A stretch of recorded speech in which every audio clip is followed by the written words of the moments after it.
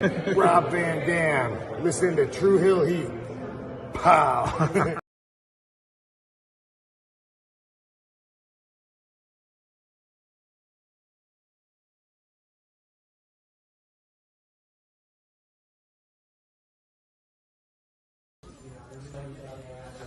This is the knockout artist, Chris Hero. And if you're looking for some true heel heat, you better listen to the boys.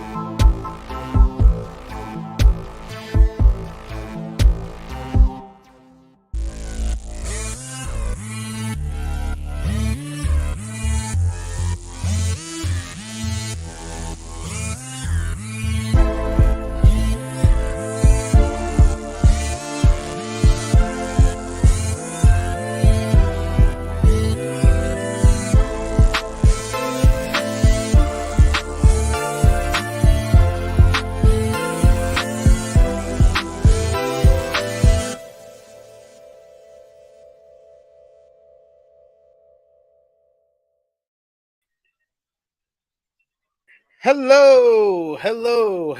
It is me, your True Hill Phenom, SP3. We are live on the True Hill Heat, YouTube and Facebook for AEWramble episode 105.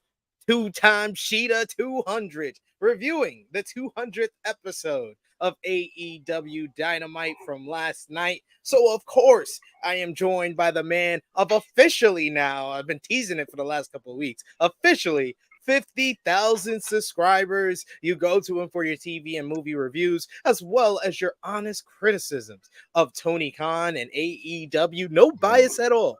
It is Jimmy Macram.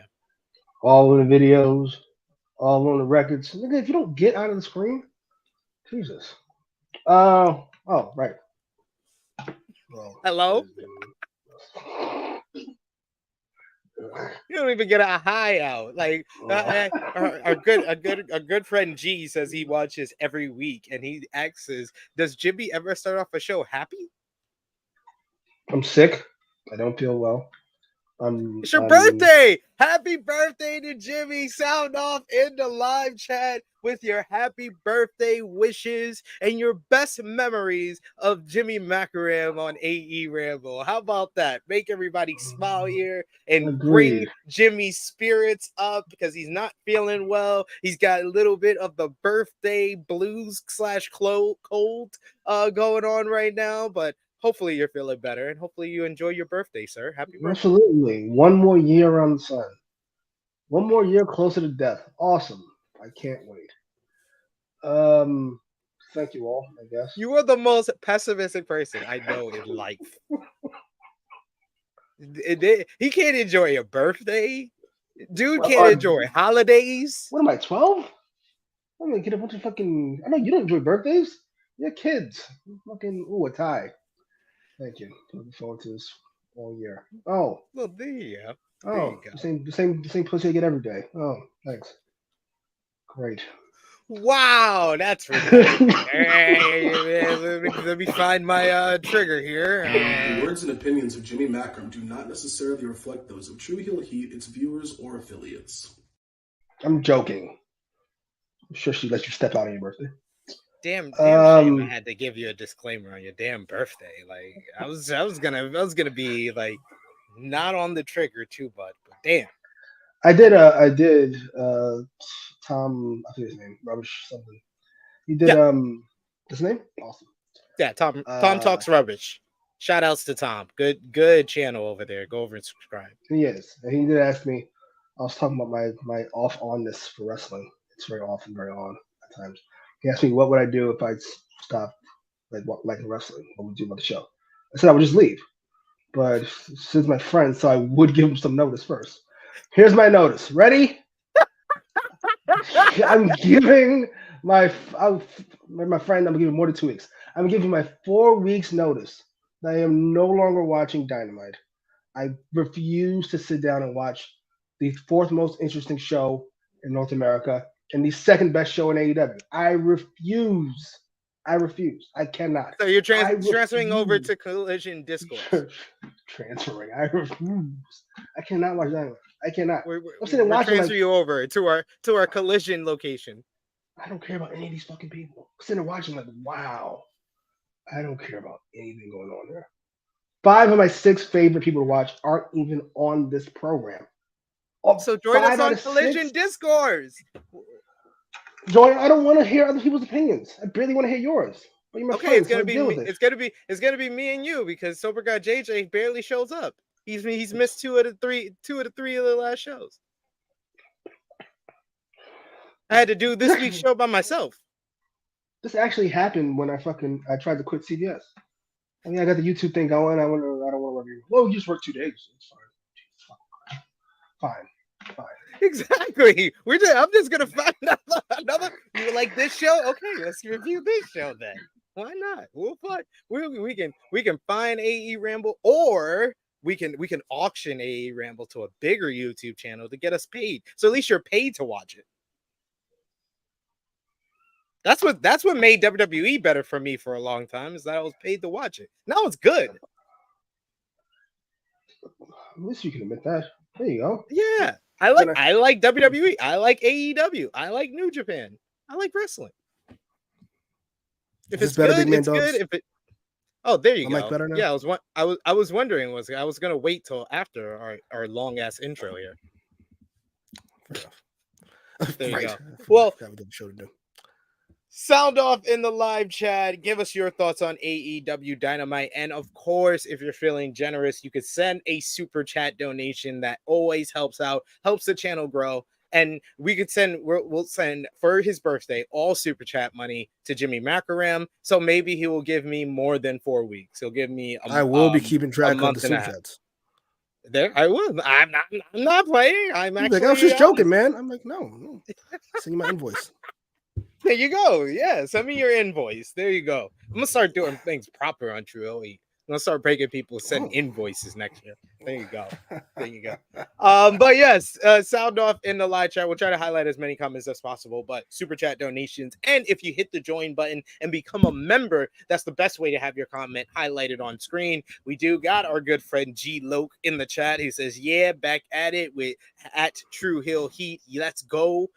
We also got Ricky in the chat who says, what's good, my brothers? We got Safet here who says, sup, guys. We got Frantic World who says, what's up, SP3, Jimmy, and chat. Just got done watching SRS interview with LuFisto, and it was really good. I'm gonna go check that out. LuFisto was the one that made the comment about people in AEW complaining about the women's division, but not about the toxic environment in the locker room for the women's division. I love that. It then said he wasn't talking about Britt Baker. Who are you talking about? I'm sorry. Well, apparently you gotta watch this SRS interview to find out. Maybe they name some names, maybe not. I don't know. We do got Roxy in the chat who says, good morning, everyone. We got Caden who says, I had a great time at the show. Of course, Caden was at the 200th episode of Dynamite. He's been at half of them. What does that even mean? Did you think the show was good or not? Very, very tricky with your words, sir. I had a great time at a movie theater. I didn't see the movie. I was busy getting blown, but I had a great time. You got to tell me if you actually liked the show, sir. Well, we do have someone here, Coleman, who says, very good Dynamite. Can't wait for the Elite to show up at Collision. Yes. You have no idea how much that brought me down. Like, that hyped me up so much. That's hyped me up so much. Like they won't let me have anything. Why don't you like Kenny Omega? You like Kenny Omega. I like Kenny Omega like the way I like, I don't know. I can't even think of an example. I was trying to think about why I don't look forward to seeing him. But every time I see him, he does well. Like it's hard to explain. I don't. Just don't. That is very weird. We do have Ace in the chat who says, "What's up, SP3, Jimmy and Chad?" We got Roxy who says, "So this is how we're starting." Yes, it's usually Jim. We got Big Hero Chris who says, "Happy birthday, fam." We got Thank you, brother. We got Safet saying happy birthday, Jimmy. We got Kaden kindly. saying happy birthday. Thank Trey you. who says happy birthday, Jesus. Jimmy. Thank you. Everybody just showing your love in the chat. You got I lost track. Ace, Roxy, Ninja Mortis, Frantic Jesus. World, Ricky, Oh. you got G in the chat saying happy birthday, Big Jimmy. Smile for the camera. It's like those creeps on 125th Street. I can't get a smile, baby girl. Come on, you understand? It's cool. Jesus fucking Christ, this nigga. You can't smile for the camera, baby girl. We got Ace who says who's counting, giving us the count right now. We got Trey who says, "Get that man a section and a bottle service at the club tonight." I will not be visiting any clubs, and if my missus is watching, no, I will not be doing that. I'm not being going with Jimmy to any clubs. Yes, he is completely beaten down. He's not like a piece of garbage he was 10 years ago. Congratulations, ma'am. You won. Another man destroyed. I'm not a piece of garbage. That was wow. You thought I was a piece of garbage? Sheesh. You were a piece of garbage. You were maybe not compared to the rest of us, but you were certainly awful. Like let's not pretend. Actually, Mark was the one. No, still awful.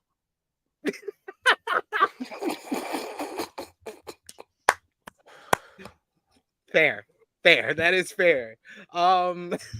We have also here in the chat, we got One Mike Nation who says, "Happy birthday, Jim. I have to say I gave up on wrestling podcast. Then I watched an episode where Jimmy got 9 disclaimers and I was hooked, and he got a disclaimer as I typed this too." That's one of the best. Come on, man. You're gonna leave all of this. The people love you. You are their scumbag. You're their scumbag. Aww. Put on a card. It's beautiful. I can't wait to get that fucking card from my mom to my scumbag. Oh, thanks, Ma. I love you. We got Joe Chase who says Jimmy is now a collider.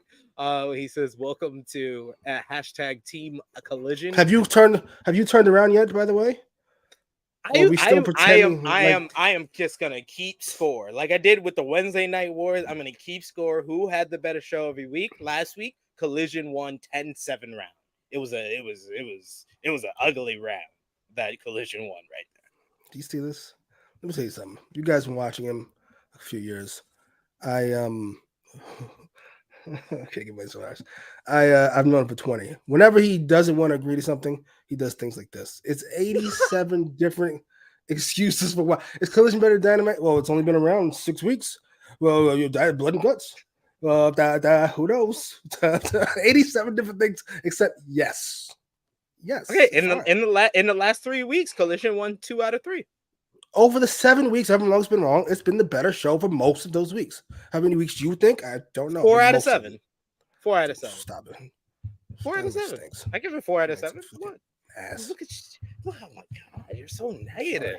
It's just so a negative bore. today. It's your birthday. I've been so chipper because it's your birthday. And look at you. We got Danica who says, "What are you going to complain about watching a decent show?" I don't know. I watched Collision. I was so happy to watch Collision. It was weird. I wish you guys could have seen it. I was just so happy. I watched it twice. Jimmy? Yes, I watched it twice. We're gonna have you just do a watch-along of Collision. I'm so happy. Everybody I like is over there. There you go. What was your favorite thing about Collision this week? Oh, it's probably Punk and Starks. I love Ricky Starks. I love CM Punk. And they gave the microphones. This is a win for everybody. Ricky Starks doing his fake entrance and then going back and then doing it again. Nigel and Ian killed it. Oh my God, it's Ricky Starks. What a surprise. That was fucking great. And obviously the ladder match was great. What was the main event? I don't think it was as great as their first match, though. The one that was as good as fucking Mox and Ishii? Maybe. I don't know. It wasn't we'll as see. good as Moxley and Ishii. I'm not gonna be worked up. This was great. That was a really good match. Squeezy. Not quite as good as their first. It was a great match. Yeah, It's- no doubt. Great match. yes. Great match. Yes. We do have Frantic Girl saying, long as Jimmy's still watching AEW show, we need his funny moments for the videos. See, people are. I want you guys to let Jimmy know you want him to stay on AEWramble. The people want Jimmy. Hashtag stay Jimmy or lock up Jimmy. The opposite of free Jimmy. Super I need some chat type of awful world event because that's how I got out of CVS. COVID started. I just never showed back up. I need some type of awful event to get me out of this. Like a presidential assassination or something. I'm in mourning. I can't show up. Wow. Let me know your secrets too. We got Chilling with Chase with a super chat donation. Thank you so much, Chase. This goes to Jimmy here, $10 super chat donation saying happy birthday, Jimmy. Thanks for making my work meetings more bearable as Jimmy goes to get pen and paper to keep track of the super chats that y'all give. Caden says, yes, I thought the show was great. He said, I'd even say fantastic. You're out of your fucking mind. Unless you get away with great. Fantastic. What are you on about? We got Steven who says, what's up, SP3 and Jimmy? We got Frantic World who says, Dynamite was really good last night, and we about to see the Elite versus CMFTR very soon. Am I the only person that just wants to see Omega and Punk or Hangman and Punk? Like, I don't care about the FTR versions, points portions. I just don't. They're not the bestest of friends. Who cares? Who cares? What do I care? I want people who hate each other. That's what I want. If you don't mind, please. I need people to hate each other to fight. Steven saying happy birthday, Jimmy. We got Will Chisholm who says Jimmy's reactions of the feds running up in Vince's house. Search warrant for Vince McMahon. We're gonna talk about it on True Hill Heat on Saturday, but Jimmy's thoughts. Oh, holy shit! This has got to be Stephanie, right? Stephanie's definitely dropping bombs. What the fuck? Yo, Vince can't catch a break. Anytime he does anything, they fucking run up on him. This is ridiculous. Just leave. Let it go, Vince. Oh, He's like he's only on a leave of absence. He's on a leave of absence. Medical leave. Broke my back. My back, my neck, and my back. We got another super chat donation, $5 donation here from Kid Get Money, aka Kid Sends Money, as he says, I heard Jimmy's birthday outfit was a trench coat, NWO shirt, and a red Universal title belt around his waist. That's some cutoff jeans. Wrestling fans are so weird. It's like, dude, it's 98 degrees outside. What the fuck are you even wearing? What are you doing? These are my people. Great. Fantastic. The people we love. We got T5 Degrade who says he's our scumbag. Clap, clap, clap, clap, clap. We also got Safed who says Dynamite in Collision Civil War. There you go. We got Annika who says struggle sells, Jimmy, not joy. There you go. Well, glad to help, I guess. Look at that. People don't even like me. People don't like me. People like you. Annika says, I'm not watching this without Jimmy, period. Appreciate it. Support black businesses. There you go.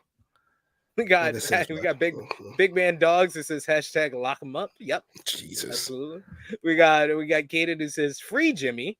We got Roxy who says just Jimmy. We do have a super chat donation. For lock and key. Bro, okay. Lock and key, lock Jimmy. We got Kaden with another super chat donation here saying hashtag free Jimmy, give him his release. Thank you, sir. What was that? 5? He's like carry the one. He's like, I gotta put $4.99 exactly. I'm not buying an AEW shirt. Trey Charles says SP3 needs to sign Jimmy to a Suge Knight / Birdman contract to keep him. Yeah, that Birdman shit is outrageous. Apparently, he would give people gifts, like, you give them cars or shit, and then when they try to get their money, he's like, well, these gifts aren't free, and we did give you $200,000 car. Like, yo, this is gross. It's always black people. At least the ones that get caught. Suge Knight, Birdman. Who else? Fucking Don King. Fucking scumbags. Sorry. How do we always get here? Sorry. Ricky says Jimmy and SP3 are the best duo. See, look at that. People think we're a great duo. You're gonna break up this duo. You're gonna break up this friendship. We got the best friendship in wrestling, even better than MJF and Adam Cole. Well, that's not difficult. I can't wait to see that blow up. Is that Cash? Is Cash the fucking Roderick Strong? What the neck breaks? Imagine. So funny. Oh man, that's hilarious. That's actually hilarious. We need to do that skit now. Let's talk about AEW Dynamite, which last night was from Tampa Bay, Florida. What did you think about the crowd last night in Tampa Bay? Tampa, Florida. I thought Caden lived in Texas. I think he has family in Texas and goes to school in Florida, or the other way around. Caden can explain in the chat. I don't know. Fair enough. Crowd was good enough. I mean, we know why. It's a slave state? It is a slave state. Don't let them fool you with the fucking beaches. It's a slave state. Come on. Oh, look at all these Latin women on the beach. Nope. Nobody's falling for the okie doke.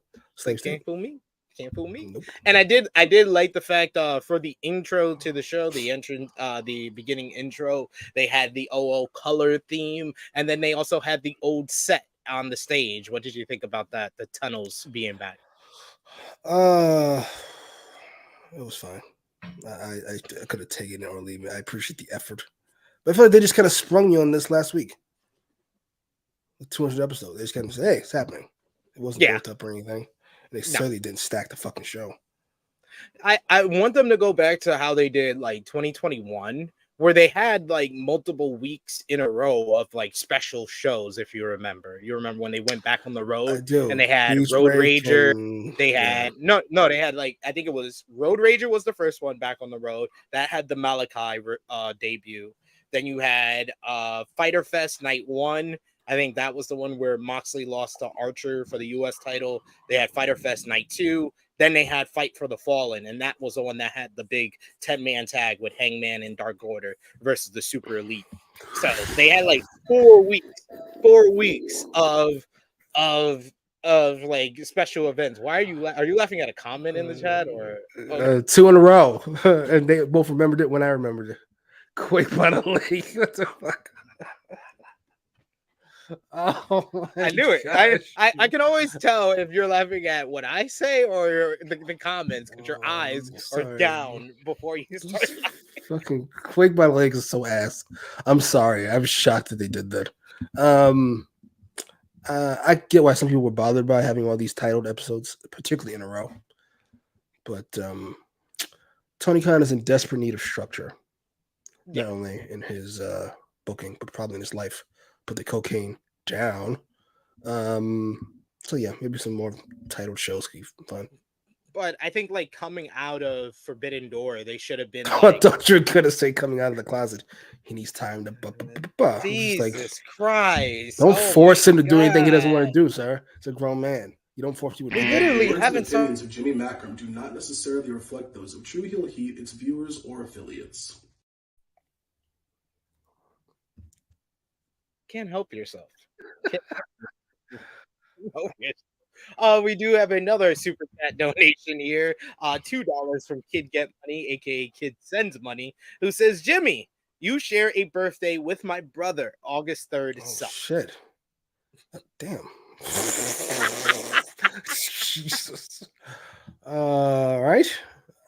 Okay. But what I was trying to say is that I wish they would have come out of Forbidden Door and been like, okay, the 19th we got Blood and Guts, the August 2nd, the 200th show. Like, let us know a couple of weeks in advance that you have these 2 big shows, because then we're not looking for too much from last week's show. We realize that it's just setting up for the 200 show because it's the in-between week. How about you pull a Collision and just blow your load every week like they do? Why it's a superior show? We don't hold anything back for the They important don't. week. Every week, I mean, it's last the important week week. was not that great. Last week was not that great, and Last- they didn't blow last their week- load. That was the setup show for this week. Did Even last with week the not Collision, have- they do the same thing. Did last week not have Punk and first of all, we got Punk, biggest star in the company in the main event. That's all we did win. Punk and Darby versus Ricky sir. and Christian. like, yeah. What do you mean? That wasn't a Yes. big You week. give me That the wasn't a big biggest week. match you can every fucking week. This isn't difficult, sir. Do yourself a favor. I'm giving you guys, you and these kids have a homework assignment. When did Austin come back? September 2000. It's my favorite period of wrestling. Go back from September of 2000. You do realize I don't have to go back. That I'm probably going to remember what you're saying as soon as you say it, right? Well, no, because Oh, okay. that's not where I'm going. Cool. September 2000 through the Raw after Mania 17. And you tell me how many main events don't feature The Rock, Triple H, or Austin. You tell me one that don't feature one of them. It's not too many. It's not too goddamn right. Because why wouldn't they? Why am I watching fucking...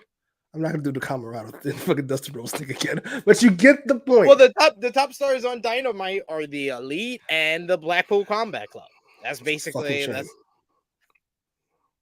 It's a fucking crime. Why are you so negative today? I'm sorry.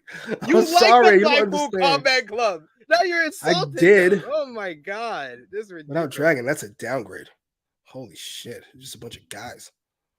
Kick Get Money says SP3 remembers every match ever, and Jimmy knows an uncomfortable amount of slave history. 2 GOAT historians. Yes, it's an important topic, sir. Wrestling and slavery. Oh, that was hilarious. That was great. All right, let's talk about the show now. Yes, Big Man Dogs. Yes, we talk about the show. Big Man Dogs is correct. Let them know. Dynamite loses viewers throughout the fucking episode, and they make no attempt to fucking call the bleeding. In fact, it was worse this week because of women in the main event, and I'm convinced Tony Khan sabotaged them on purpose. I'm convinced. Or whoever you think hates the women over there. I am convinced. There's no way you give me an ROH World Tag Team title. Well, they had the hottest story on the show. What? MJF and Adam Cole. That was what was missing from last week's show. Well, I thought last week because they'd only had a pre-tape with them. But the hottest story in the show is MJF and Adam Cole. If you want the women to do decent numbers, why not give them a decent lead-in? Why are they being led in by the ROH Tag Team title match? Come on, man. This is set up for failure. Just like when Tommy walked in that room with Goodfellas. This is the setup. I don't set up when I see it. Come on, man. It's so fucked up. It's a fucking hustle. We got Shane Jones that says, I aspire to be as negative as Jimmy one day. I love that. Fight your programming. You guys don't live in slave states. Get out of there. You're free. Oh, my goodness. All right. I like it. I thought it was good. Sir, get out of here. Are you done now? We in trouble now, boss? No. Stink. Come on. The words and opinions of Jimmy Macram do not necessarily reflect those of True Heel Heat, its viewers, or affiliates. That's not true. There's a handful of times it hasn't lost throughout, even with Big Match back. What was the episode? What? 200? How many is a handful, sir? How many is a handful? I'll give you 2 handfuls. How many is 2 handfuls? 10 out of 200. Not always. You blow your own brains out. Sometimes you don't get killed. Sometimes you'll be fine. Shoot yourself with a shotgun in the face. But Google shotguns to the face and see how many people live through it and what their face looks like afterwards. Would you say? The words and opinions of Jimmy Macram do not necessarily reflect those of True Heel Heat, its viewers, or affiliates. Would you say shotguns to the face don't kill people? Because a couple people lived? Like, that's a wild statement. All right, that's enough. All right. You done now? 30 minutes. You done now? It was like I just hit that 30-minute mark, you know. Jesus Christ. Oh my goodness. What a start. All right. It opened up with tag team action as it was Sammy Guevara and Daniel Garcia versus Chris Jericho and Konosuke Takeshita with Don Callis in their corner. This one turned out to be a pretty fun matchup. You had Sammy and Garcia really focus on proving themselves to Jericho early on, getting the better of him, and then doing the Le Sex Gods pose right in front of the former leader of Jericho Appreciation Society. At least I say former for now, because it seems like he's about to dip out. You get Konosuke Takeshita and Jericho eventually isolating Garcia. Nice little back and forth between Garcia and Takeshita throughout this one. Eventually, Garcia makes a hot tag to Sammy, and he comes in cleaning house. He hits a crazy moonsault dive at one point where he like pops Takeshita right in the mouth with his elbow, it seemed. That was crazy. We had Jericho. He hits a code breaker at one point for a 2 count. Guevara kicks Takeshita to the floor as Garcia, he looks like he's about to take Jericho down. He puts him in the Dragon Tamer, but as the referee is distracted with Guevara and Takeshita on the outside, Don Callis comes in with Floyd the Bat, blasts Garcia in the head with it. Jericho looks conflicted because this is against one of his boys in the JAS, but he eventually takes the cover, makes the pin, gets the 1, 2, 3 as Chris Jericho and Konosuke Takeshita get the win. 12 minutes, 21 seconds. I thought it was a good way to kick off the show, continuing the Don Callis, Chris Jericho story, as Don Callis is once again trying to help Jericho and lead him into the family and driving the wedge between him and the Jericho Appreciation Society in a similar fashion that he did to Kenny Omega and the Elite. What did you think of this opening match here, Jimmy? I didn't piece that together. That's actually a really good point. Callis is a infiltrator, a destroyer. Destroyer of friendship. That's what he's all about. I really enjoyed this. Really enjoyed it strong. I enjoyed this match. I really enjoyed Daniel Garcia's dancing. Even though it's so over. It's so over. And because he played babyface, he didn't do the usual where he fakes it and he fights all the fans. He just embraced it because he was playing babyface. How do I say this nicely? I'm not gonna do negative. I did negative already. We're gonna go positive. This was a good match. It was fine for what it was. The slow build of Jericho and Company. I'm not bothered by it. I'll put it that way. Like, I appreciate the effort, even if it doesn't work. Because who cares about the JAS even a little bit? It's effort. I'll take it. I'll take a subpar story over no story, if you don't mind. Yeah.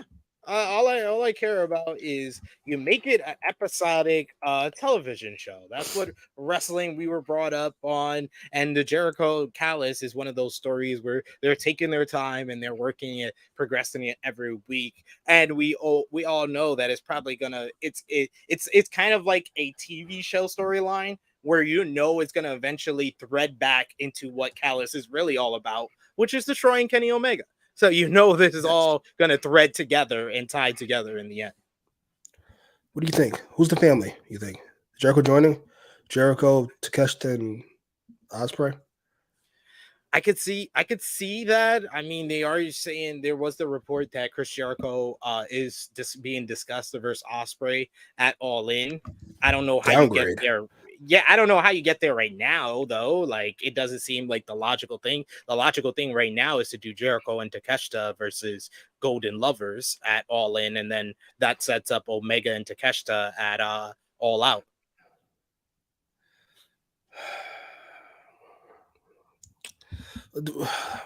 Is All In they going to can be have the ultimate decision for Jericho probably should come at Wembley. If you turn babyface, sure. But if you're turning heel, who cares? This is stupid. I changed my mind on this. This is dumb. Speed this shit up.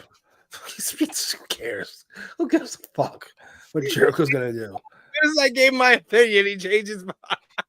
Because you said there's a final decision, and I went like, yeah, that is what it's building to. It's building to a final decision, and I realized how little I actually give a fuck. Like, just get to it. Get to it, sir. Do something. I will say we'll bring up the other segment with JAS. I did get your other point of who really cares about JAS. That's what I asked when I saw the next segment with them. We got Trey Jones saying he's on fire. NBA Jam voice talking about you with the disclaimers. We got Steven Chambers who says, "What's the record? 10? No, I think it's like 13, isn't it?" Oh yeah, we had a Romeo had his finger on the button that one episode. He was going off. Yeah, he was in the I choose to take background and he was helping. I choose to take responsibility. Kaden says Daniel's dancing is very, very over. We also got here Ricky who says Britney Spears survived the shotgun to the face on South Park. Absolutely. You got Frantic Rose says I really like this tag match. Chris Jericho wasn't bad in this. He played his role how he was supposed to. We got Kaden who says I like this way more than I thought I would. Takeshita versus Garcia or Guevara would be really good.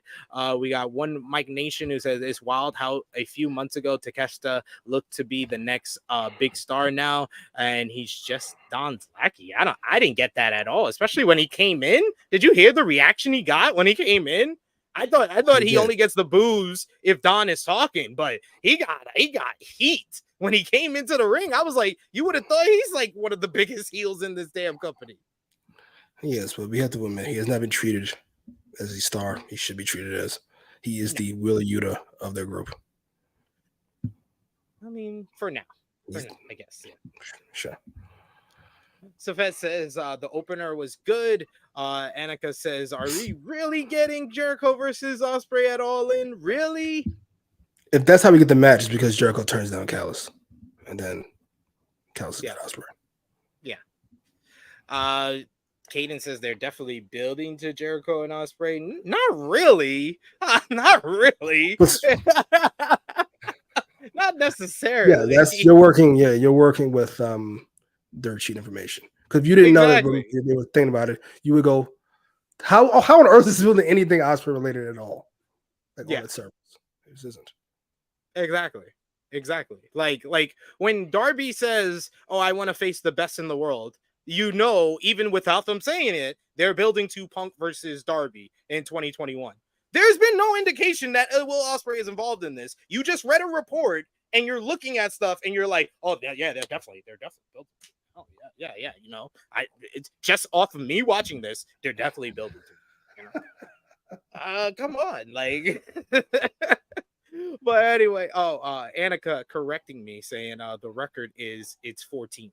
Jesus. All right. That was a rough day. I don't remember what happened.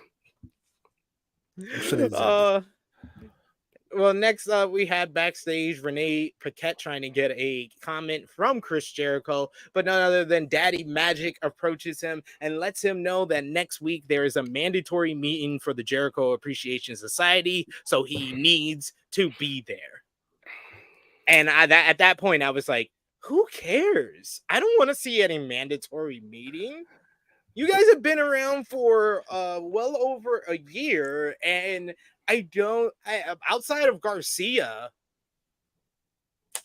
it's the same thing with the Inner Circle. The Inner Circle helped to establish Sammy Guevara. The Jericho Appreciation Society has been used to establish Daniel Garcia. Other than that, you have 7 members, though. Like when you have 7 members and it's only used to put over one guy.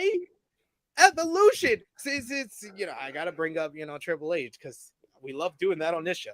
Evolution was a 4-man group and it put over 2 guys, Randy Orton and Batista. That's efficient. Half of the group got elevated due to the group. That's Jericho Appreciation Society is like the opposite of that. 1 out of 7. That's 17%. What are we doing? I will say, when you build 2 main eventers and revive Ric Flair's career, and your 2002 to 2005 is still considered a failure, you were on one. You were definitely on one. I love how we changed roles there. I said the positive part about that. You said the negative part. You said the part I was avoiding. I tried my best to go around because I just saw a video about the Reign of Terror too, so I tried to go around that. And you know, I'm not going to talk about how much he did to hold back Randy Orton's career as well. Like truly, it's only one person that really was helped from the evolution angle. It was Batista, but still, that's better percent. What, Triple H holding him back? Randy Orton, yeah, that was an accident. Orton's not a baby face. Yes, Orton's not a baby face. He just isn't. Exactly. He could fucking exactly. Who endorses him. He just isn't. It was the wrong time, but Triple H needed babyface to face that top, so that's why they made that change. That's why we made that guy main eventer. Yes, it sounds like a positive. We're about to go back to our usual roles. I was gonna say, oh right, you had a problem with that part of the Jericho thing. My issue is, did this motherfucker just demand Chris Jericho to a fucking Jericho meeting? If you don't get the fuck out of my face, who would Daddy Match? If you don't get away from me, this makes Chris Jericho look bad. I feel like we're trying to make him sympathetic, but I don't see it. Why he won't just cut people loose, I don't know. Let them go. Let them go. What Mike Nation saying, Don wants to prove he's the reason Kenny beat Ospreay and can do the same with Jericho. That's a stretch. And doesn't feel like a solid foundation for a quality feud. Like because we don't know what these two can deliver. I know Will Ospreay has had great matches with people that don't usually have great matches. But Chris Jericho, I don't know how that would work. Poorly. Especially with Jericho as the babyface. If Jericho's supposed to be the babyface turning against Don, it doesn't make sense on a bunch of levels. The more I think about it, the less it makes sense. Ever since the report came out, yeah. What do you do with Jericho then? He needs to go on vacation. I've been saying this for a year match. Do the tag match. You in this fucking tag match. He could do a match at All Out and then take a break. Yeah, great, sure. Takeshita puts him on the bench. He sidelines him. Fuck it. Something go away. Just after they lose to the Golden Lovers, Takeshita takes him out. We're going to call them Golden Lovers. Like, do we have to? That's their name. Why are you so uncomfortable with the word love or lovers? That's the golden part. Their hair was blonde when they teamed up with each other. Yes, so is their piss. It's a weird choice for a title. I'm just saying. Golden Lovers? Was it R. Kelly and fucking what's her face? Amber Heard? Like, what is this? Ooh. The words and opinions of Jimmy Macram do not necessarily reflect those of True Heel Heat, its viewers, or affiliates. Because Jimmy got to go for 81 like Kobe. We also got Annika says Daddy Magic is doing his job, but him pinning Sammy after the bat hit, what is there to discuss? It was Garcia, but yeah, I guess. That's a good point. What is there to discuss? This is weird. You don't need a meeting. Just say fucking you in or out. Exactly. Y'all already gave him an ultimatum before, and then he did that. That's a fair point. Chase says Jericho in the mud. He letting Daddy Magic boss him around in his group. Wow. That is wild. Got Steven who says, don't need the meeting. You already broke up. Hager give Jericho purple hat. Yeah. Right. True. We got Annika who says, I feel like Daddy Magic and Cool Hand should have been in the spot of the Guns. No. That wouldn't work because Juice is so over the top, but so is Daddy Magic. The reason that Juice works with the Guns, especially oh my god, that entrance might have been my favorite part of Collision this week. Yeah, I'm the only person who that's my I like that entrance more than the last version of the entrance, but I still prefer the first version where it's just Austin shooting the gun. I'm not even talking about the Guns at all. I'm talking about Juice in the Juice. Entrance. Yeah, I know. That's just not as good of an entrance. The more you add to it, the less cool it is, in my opinion. I do like them as part of the group. It's weird. I can't believe how Yeah. much I enjoy And Bullet Club they Gold. add heat to the group. Like 2.0, yes, they could probably get heat by talking, but they don't have the natural heat that the Guns have just by being associated with these guys. Agreed. Big Hero Chris says that reminded me of the old Inner Circle segments when they would say, "We'll handle this next week."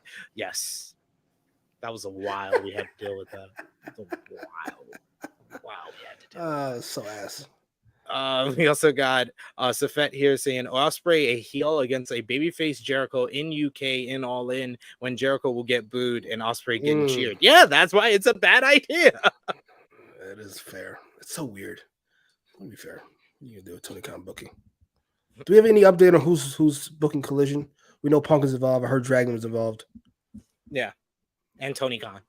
You can't do like WWE fans do and blame the bad things on Tony and then the good things on somebody else. I absolutely can. If bad things happening on Dynamite and not happening on Collision, there's a discourse that needs to be. Tony is booking Collision. He's also booking the good thing too. All right. Speaking of Tony Khan, your favorite person in the world, he is here and he says that we are on the way Michael to the Jackson biggest... in the face ass motherfucker. Look at his face. Fucking burnt Michael Jackson face. We are on our way to the biggest wrestling event ever of all time.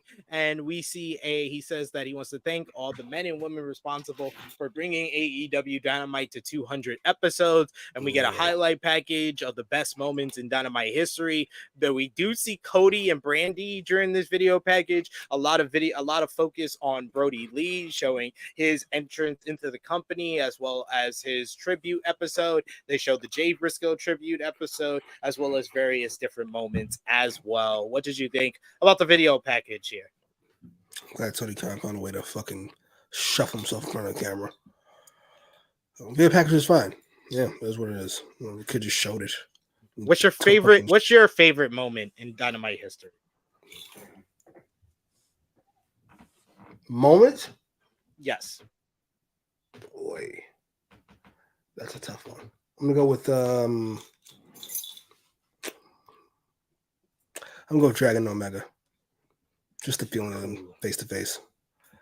That is up there. That is up there. Yes, Still, man. Kenny Omega's had so many of the best matches in Dynamite history. So how dare you slander him? My favorite moment. I mean, honorable mentions to Omega winning the title. That is a fun one for me. But it's a match as well. It's Thunder Rosa versus Britt Baker. Lights out. That was the highest peak for the AEW Women's Division. Oh, yes. And you thought it was only going to go up. Haha. That's a good one. I like that one a lot. Yeah. Jesus. Britt Baker, fucking pre-championship. I don't care what anybody says. Go. It's been all downhill from there. Amazing heel. We do got Kid Get Money who says TK didn't take a breath. He did blink. He blinked 5 times. I counted. And during his promo, cocaine is a hell of a drug. It's a fucking shame. That's the man running his promotion. You guys, Steven Chambers, it says Cody versus Brody Lee. Dog collar matchup is his. Oh, no, not the. Oh, very much. I got Chamber pick. To Brody Lee squashing Cody. I thought you've been saying that for legitimately since it happened. You've been saying that's your favorite moment. So I literally, when I asked you the question, I was like, I think I know the answer. It's that, but I understand you were there live for Omega and Bryan, so that's a different type of feeling. But yeah, you've been praising that moment since it happened. Oh my God, squash him and then hit him with the homie the clown over the back of the head with the fucking pop. Oh man. Rest in peace, Brody. That was fucking great. Rest in peace, Brody. We got Chilling with Jay saying my favorite Dynamite moment is MJS form promo. Okay. MJS shoot promo might be one of my favorites. That's a pretty good one. Yeah. We got Big Man Dog saying Sting debuting for me was a big one because I had no clue. Yeah, that was one of the ones that just came out of nowhere. One of the debuts. Yeah. That was great. He felt like a star too. Yeah, he really did. Yeah, Annika saying the Sting debut was so great. Roxy saying Britt thought she was enough to hold the division without Thunder. Laugh my ass off. I love that. Why is it her fault? Now she's booking the show? This is outrageous. This is egregious. Safet says AEW should have done is by showing AEW best moments on the whole show. I mean, they got it. They got enough less time pushing everything that they do into the show. Like, I think it was nice that they gave us the package. Fair enough. That's true. We also got Chris who says Hangman and the Dark Order entrance also was great. Probably my second favorite. Yeah, the cowboy entrance, that was really cool as well. But yes, let's talk about the rest of the show. Next up, we had Jack Perry coming out to the ring, the FTW champion, as he has a face-to-face meeting with Jerry Lynn. He wants him to come out and let's end this. Jerry Lynn comes out to the stage and he says that he isn't coming down there and beat up Perry because that would be child abuse, one. But on top of that, his neck is so banged up that no doctor would ever clear him to be in the ring. Instead, he's made a phone call to a friend of his who wrestled in ECW and still wrestles today. And immediately the fans knew. The fans read the reports. They were already chanting RVD, RVD. And the old ECW Pantera walk music hits. I was like, oh man, they hit me in the heartstrings. As a young kid that stayed up to 1 a.m. Watching MSG, watching ECW, hearing that music for RVD brought back so many memories. Jack Perry is shocked to see RVD as Jerry Lynn has brought out his greatest rival of his career. Jack Perry bails from the ring as soon as Rob Van Dam gets there after a little bit of a stare down between the two. You get Jerry Lynn in the ring. Jack Perry attempts to attack RVD from behind with a steel chair, but RVD goes for the Van Terminator and Jack Perry immediately bails. This leads to Perry bailing out into the crowd and actually hiding behind a little kid, which I thought was hilarious, even though it looked like the Mike Manseri, who's been fucking up a lot lately, he once again missed a shot with missing him, putting the kid in front of him in the front row. But nice little moment here. Good debut for RVD. He got a huge reaction from the Tampa crowd. What did you think about RVD becoming hashtag All Elite? Wait, is he? No, he's only here for a one shot. It's a one shot. Basically. This is fine. This kind of came out of nowhere. This fucking, we've gone from him versus Hook to him versus ECW. This is weird. It started last week. It was weird then. It's weird now. A one-off match. Sure. I love RVD. I was shocked by how little pop he got. Pardon me. It's probably because he's playing music from 1997 and everybody in the crowd is 21. Hey, they did do the Yeah, all five of them. Hey, I would have made it 6. I would have made it 6. That was fucking criminal. This is fun. Their fucking fans are awful. Sorry. No offense to you guys. You guys are great. I'm not knocking them. They can't help that they're young. Like it's not their fault when they were born. Yeah, this is fine for what it is. Do I need to see any of this? No. I can't wait till I stop. Just watch Collision. Whoa. But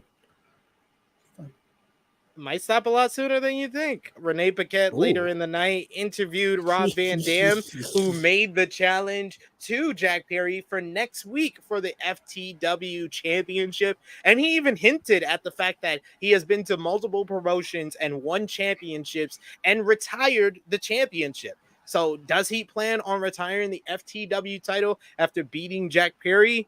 What do you think? Who do you think wins? It's next week. It was confirmed later in the night. It's RVD versus Jack Perry. FTW rules for the FTW Championship next Wednesday. Sure. I just, I don't care about heel Jungle Boy. It's been a long while since I cared about RVD. Wait, how long has it been? Jesus, over 15 since he years. got caught with the weed in his car back in 2006. We're all rooting for him. He finally made it happen. He got caught with weed and fucking gave everything like an adult. Jesus, when they say pot's not addictive, clearly everybody disagrees. You could have an addictive personality, but I don't think pot is addictive. In and of itself, right. Yeah, it's true. With that. Respect, walk.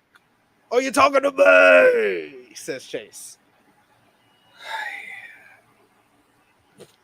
You never watch ECW? Come on, man. I love ECW. It was what's wrong Paul with Heyman it? is the greatest booker of all time. Of course, I watched it, but that was a while ago. As a matter of fact, Paul Heyman is the only ECW guy I want to be doing the same thing he was doing in ECW, which is booking. Everybody else, I don't want to see them doing anything. No offense. Wrestling, fucking commentating. I'm good. You're all great. You were great. Time to move on. Sorry. Time to move on. Got a bunch of people happy to see RVD here. We got Chasey says Jerry Lynn just calling him jungle jerk. Pops me. I don't know why. Yes, that was very Same. It's so weird. I think it's like it's a You know what it feels like? Call him first name Jungle. Like Jungle. Yes, it feels like you hear people like Kevin Nash and China back in the day when they hear him talk about Triple H, they call him Hunter. Like that's his fucking name. It's so weird. It's distinctly not. Trips became his name. That just became his name. Trips. All right, sure. So now it's not Jack anymore. They probably do call him Jungle backstage. Yes, Jungle. Like it's gonna be you and Jungle in the ring. Oh, okay, cool. We got Frantic Girl that says the whole effing show is back and he's in ECW. I mean, excuse me, AEW. We got Roxy who says I like RVD, but really a 52-year-old is gonna wrestle Jungle Boy. Hey, he looked good when he was in Pro Wrestling Noah last year. So I don't know. How did it look to you when he showed up? Huh? No? He looked bloated. So how did it look? Yeah. I didn't want to say anything. Yeah. This is always I'm the bad guy. Yeah. There we go. He's enjoying life, as you should.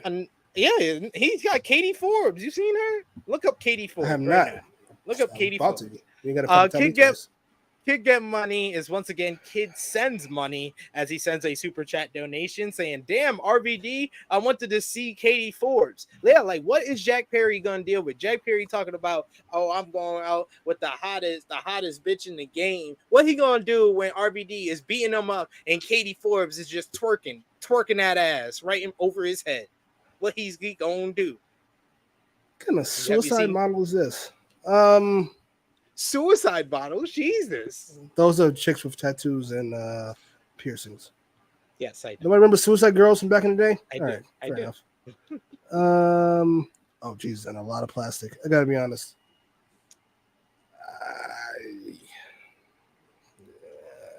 I'm not kicking her out of bed, but if she coughs on anything, she's out of here.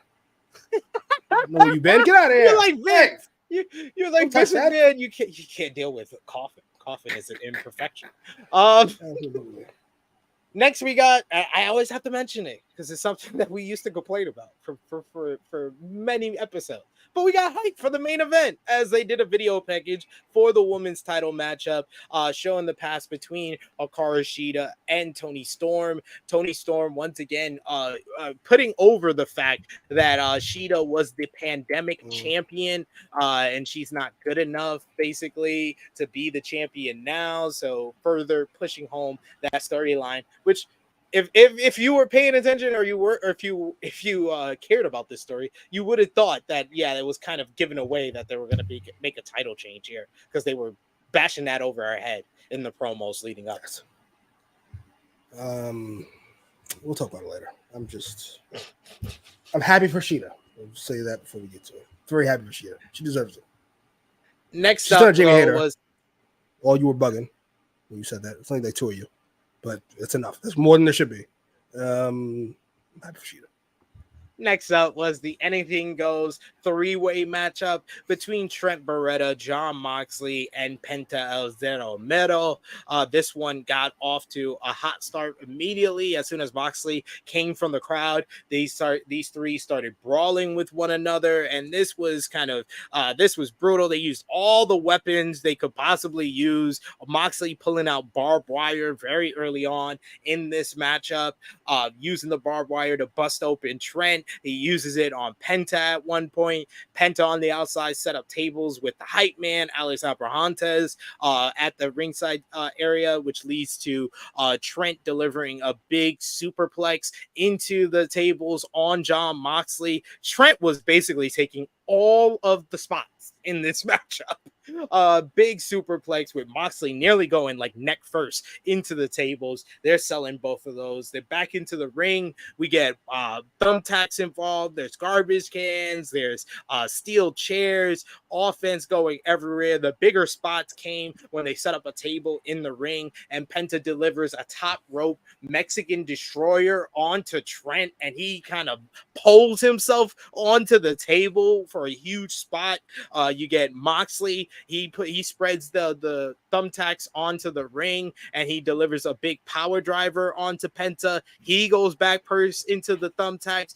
Trent goes back first into the thumbtacks. Trent delivers a crunchy into the thumbtacks onto Moxley. Finally, it looks like Moxley's gonna get the win with the Death Rider, but Trent hits a big Psycho knee and then pins Penta to actually get the victory.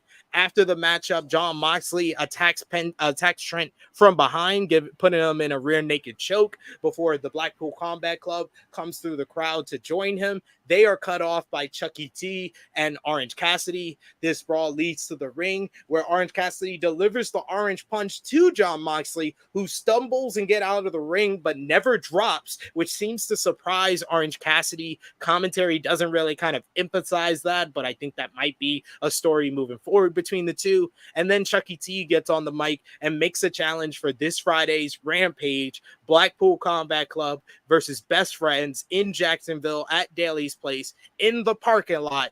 Parking lot brawl, one of the kind of the underrated gems of Dynamite history. The parking lot brawl between Best Friends, Santana and Ortiz, part 2 this Friday, Rampage, trying to get What kind of some ratings. photoshopped ass picture of Jon Moxley is that?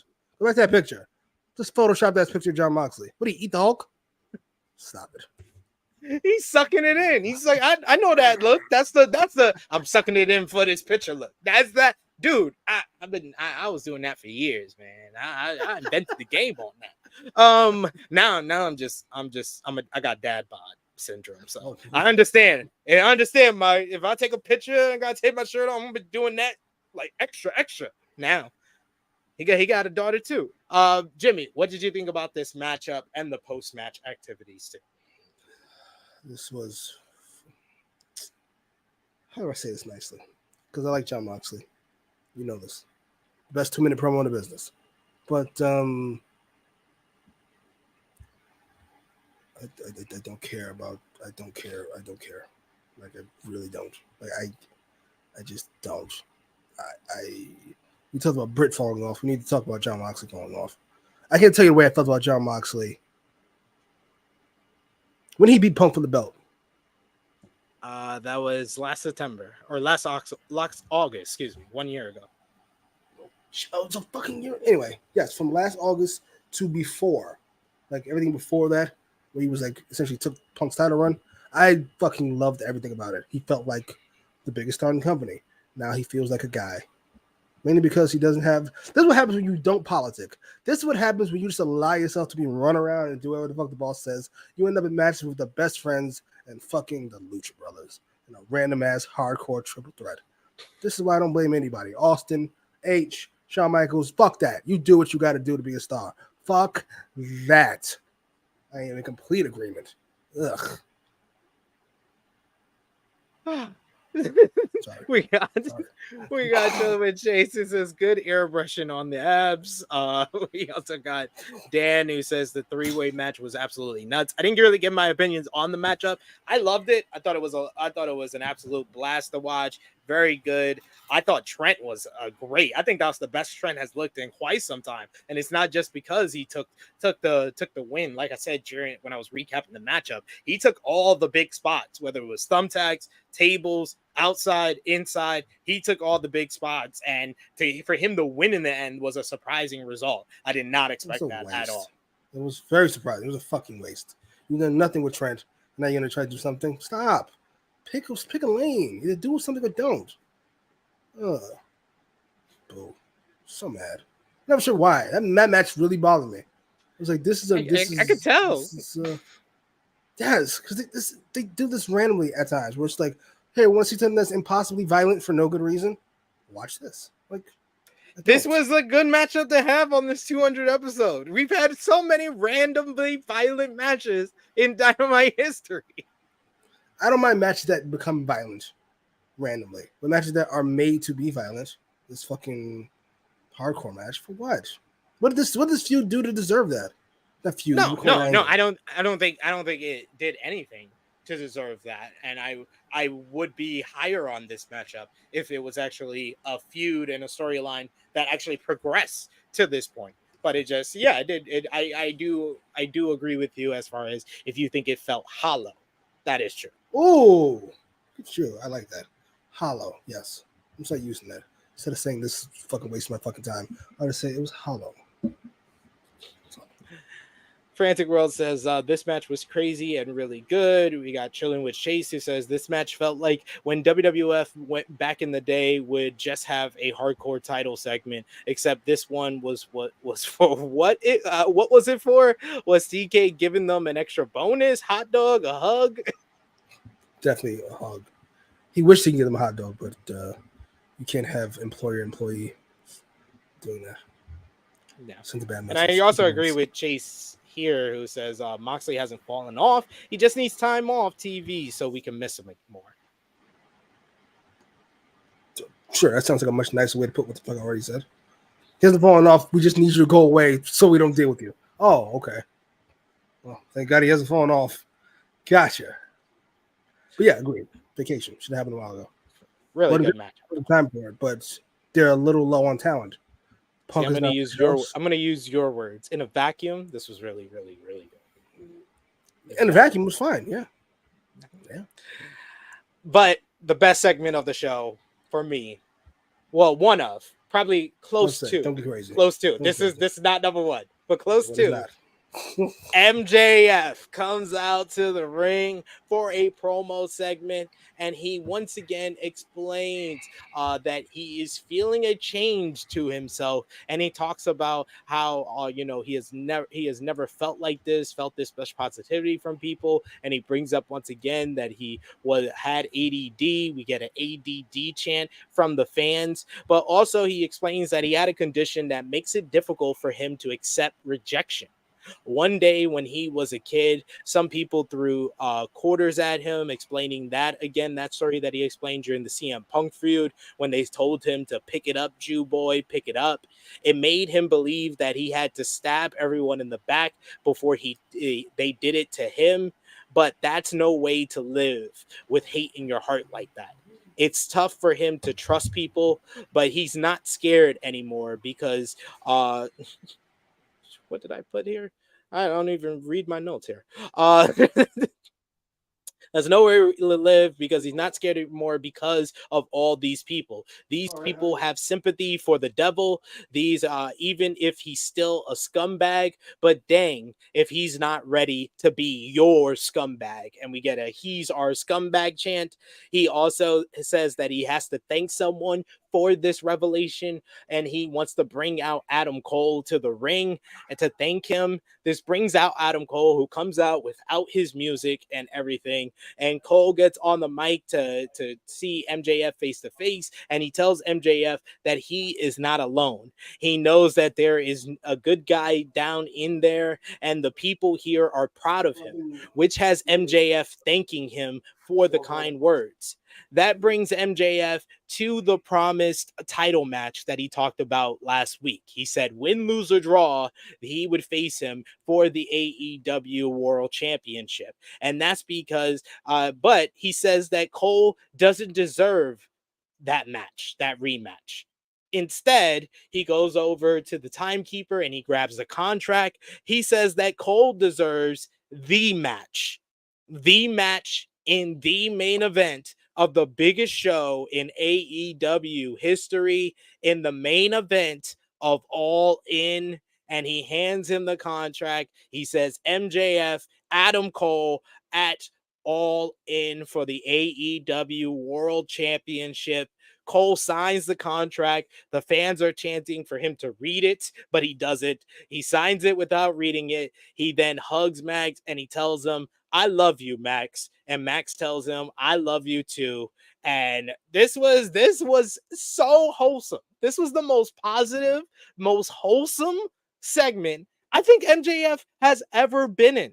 MJF showing all the great babyface qualities, getting the sympathy, telling his story, and talking about how, it's easy for him to get heat and for the fan to get the fans to boo him, but it's hard for him to be open up, to be vulnerable. And he was vulnerable once again here, got the fans on his back.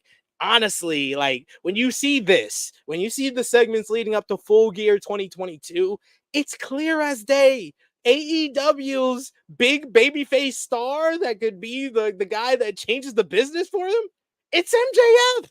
And we now are going to have a babyface versus babyface showdown for the AEW World Championship at AEW All In at Wembley Stadium in London, England on Sunday, August 27th.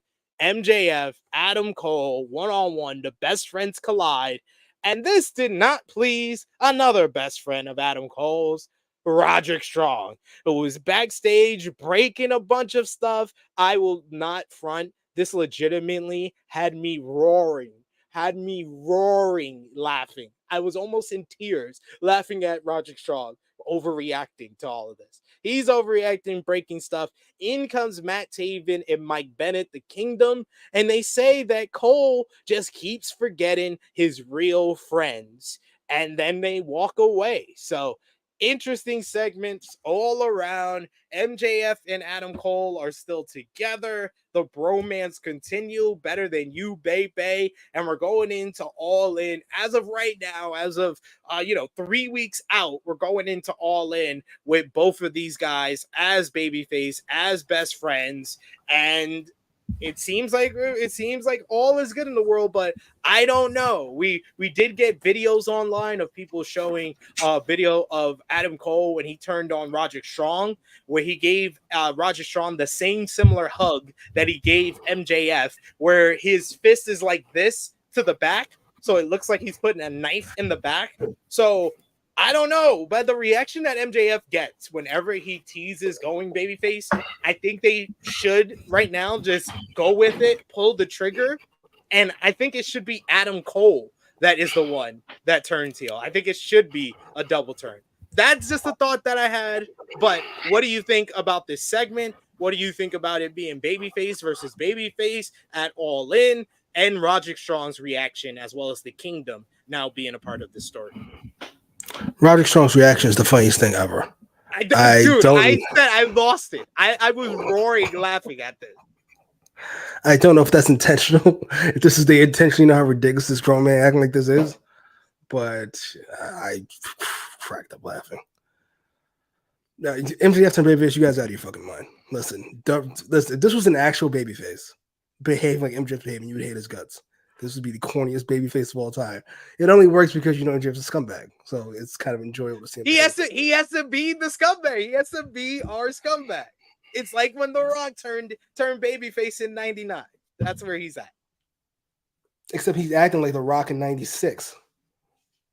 Like, that's why it's funny. It's because that's not MJF. So him looking at the fans and waving and dancing, it's funny to you. If he was an actual babyface, you'd think it was horrific, as it would be. I don't know what I want from this feud anymore. I really don't. The segment was good. I just don't know what I want from it. I'm not gonna say they booked themselves into a corner, but they are approaching a point of no return where a decision has to be made one way or the other. Do you think the right decision would have been to do MJF and Cole versus FTR at Wembley and have them win the titles at Wembley? No. That's the other line of thinking. Yeah, that's the main event. No.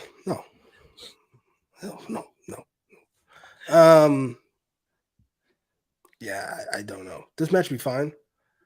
It'd be good even. First match is really good. I assume this one will be too. But first match you said was great. I thought it was great as well.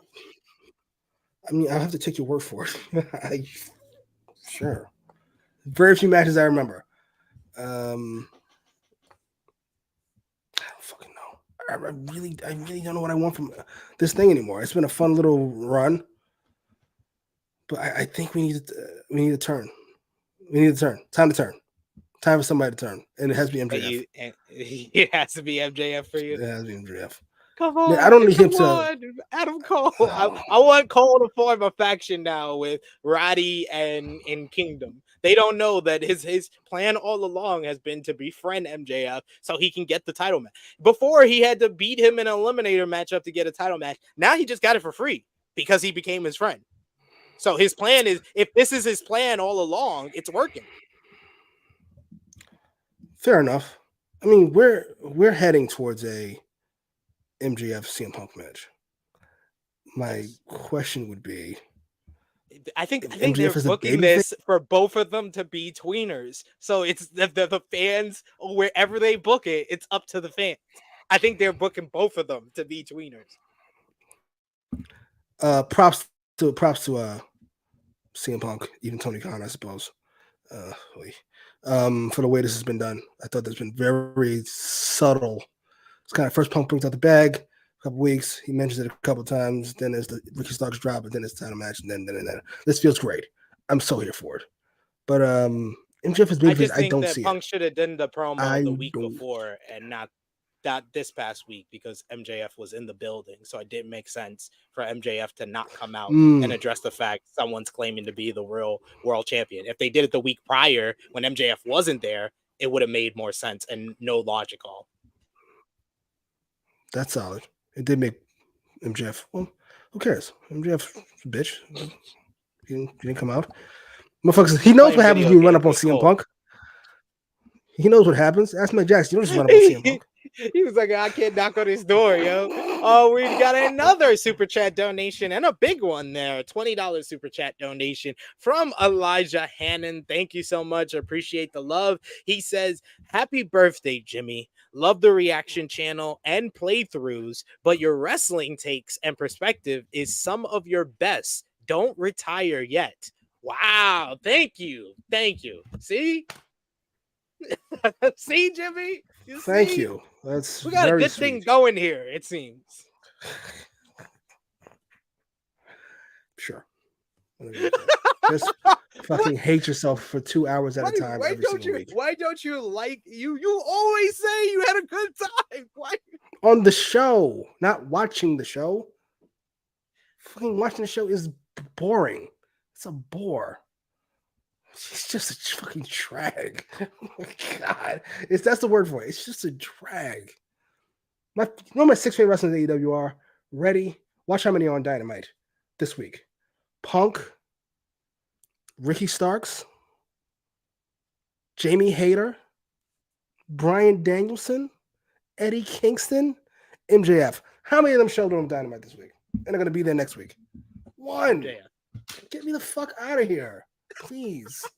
Get me the fuck out of here. Next show. We got Big Man Dogs who says, yeah, I just didn't care about the best friend feud thing at all. I get it. I don't love it like everybody else loves it. It's fine. It's good. It's just like, motherfuckers love it. I don't get it. Steven says, good promo by MJF. He knows how to cut good babyface promos. It seems like he doesn't. Yes, he doesn't though. He does. Oh my he does. God. MJF is definitely turning back to heel at All In. We got also Roxy who says, am I the only one who feels uncomfortable with a babyface MJF? No. You're supposed to be uncomfortable. It's just the rest of these psychopaths who are trying to hold on to hope. You're supposed to know exactly what's coming. He's a cornball because he's pretending. Steven saying Cole turning heel, joining Roderick and the Kingdom at All In. Oh my God. We got one Mike Nation that says, I won't lie, I love this because with so many options, I have no idea how this match will end. Yeah, like I will say, like it's shaping up. If they can stick the landing with the next couple of weeks going into the show and they can have another great matchup, I think that this is going to be basically, it's going to skip over a lot of different MJF feuds. It's one of the better ones as far as like financial success, it being the #1 merch seller, the rating success, and the crowd reactions, and the overall kind of just feedback to their segments together, has been one of the best programs MJF has done. Probably since the Warlord. Probably, I would say if they stick the landing, it's gonna be better than the Bryan feud. So it's probably his best program since Wardlow.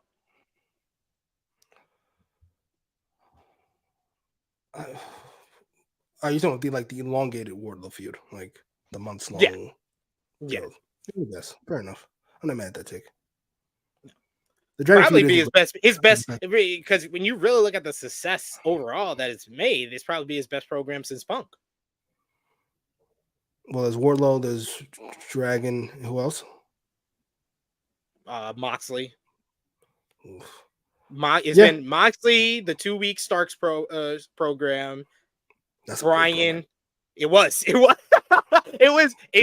the second best 2-week program they've ever done behind Eddie Kingston Punk. Yeah.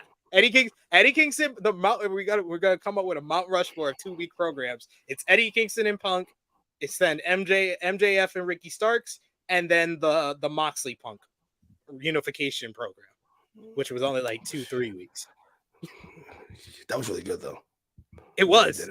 It was like I a year after, I'm like retrospective. I was like, I enjoyed the hell out of that. It was memorable. I remember it a year later. It was different. Yeah, that felt great. I don't know where this goes, but it could be fun. We'll see. We got Ace who says stick the landing feels like a stretch. MJF has kept his word, and we'll see. Two selfless acts. We'll see what the contract is. He saved Cole from Shattering Machine, and then this is a selfless act. He doesn't gain anything from this. Depending on what that contract said. Also true. Ace says Roddy's reaction was awesome. Oh my god, that was like the cherry on top of a great segment. It was so ridiculous. Like, so you're a grown ass man. Big Man Dog says Roderick acting like a simp who just found out his favorite Twitch girl has a boyfriend. That's a good one. That's pretty fucking good.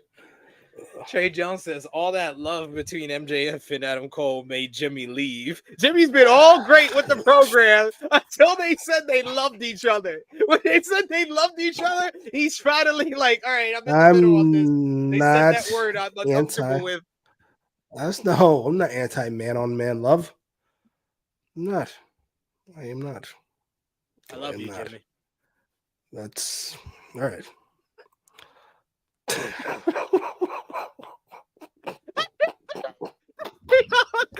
You looked at you did. Super chat donation. $5 super chat donation from Kid Get Money. Kid sends money. He says, "What's the big deal with going to UK? The Jaguars play there every year, and 2 weeks in a row this year. Roderick Strong is better than Adam Cole because Roderick Strong's from Florida as well. There you go. Go ahead, Let him know. sir. Let him know, Kid Get Money. You tell him. Steven Chambers says Cole, Roderick, and the Kingdom together. We also got Annika who says, I'm over FTR being tag champs, honestly.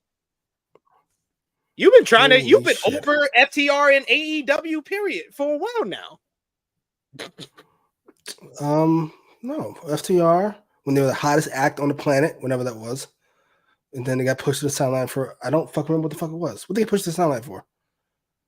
Who got pushed into the spotlight? Oh my fucking god!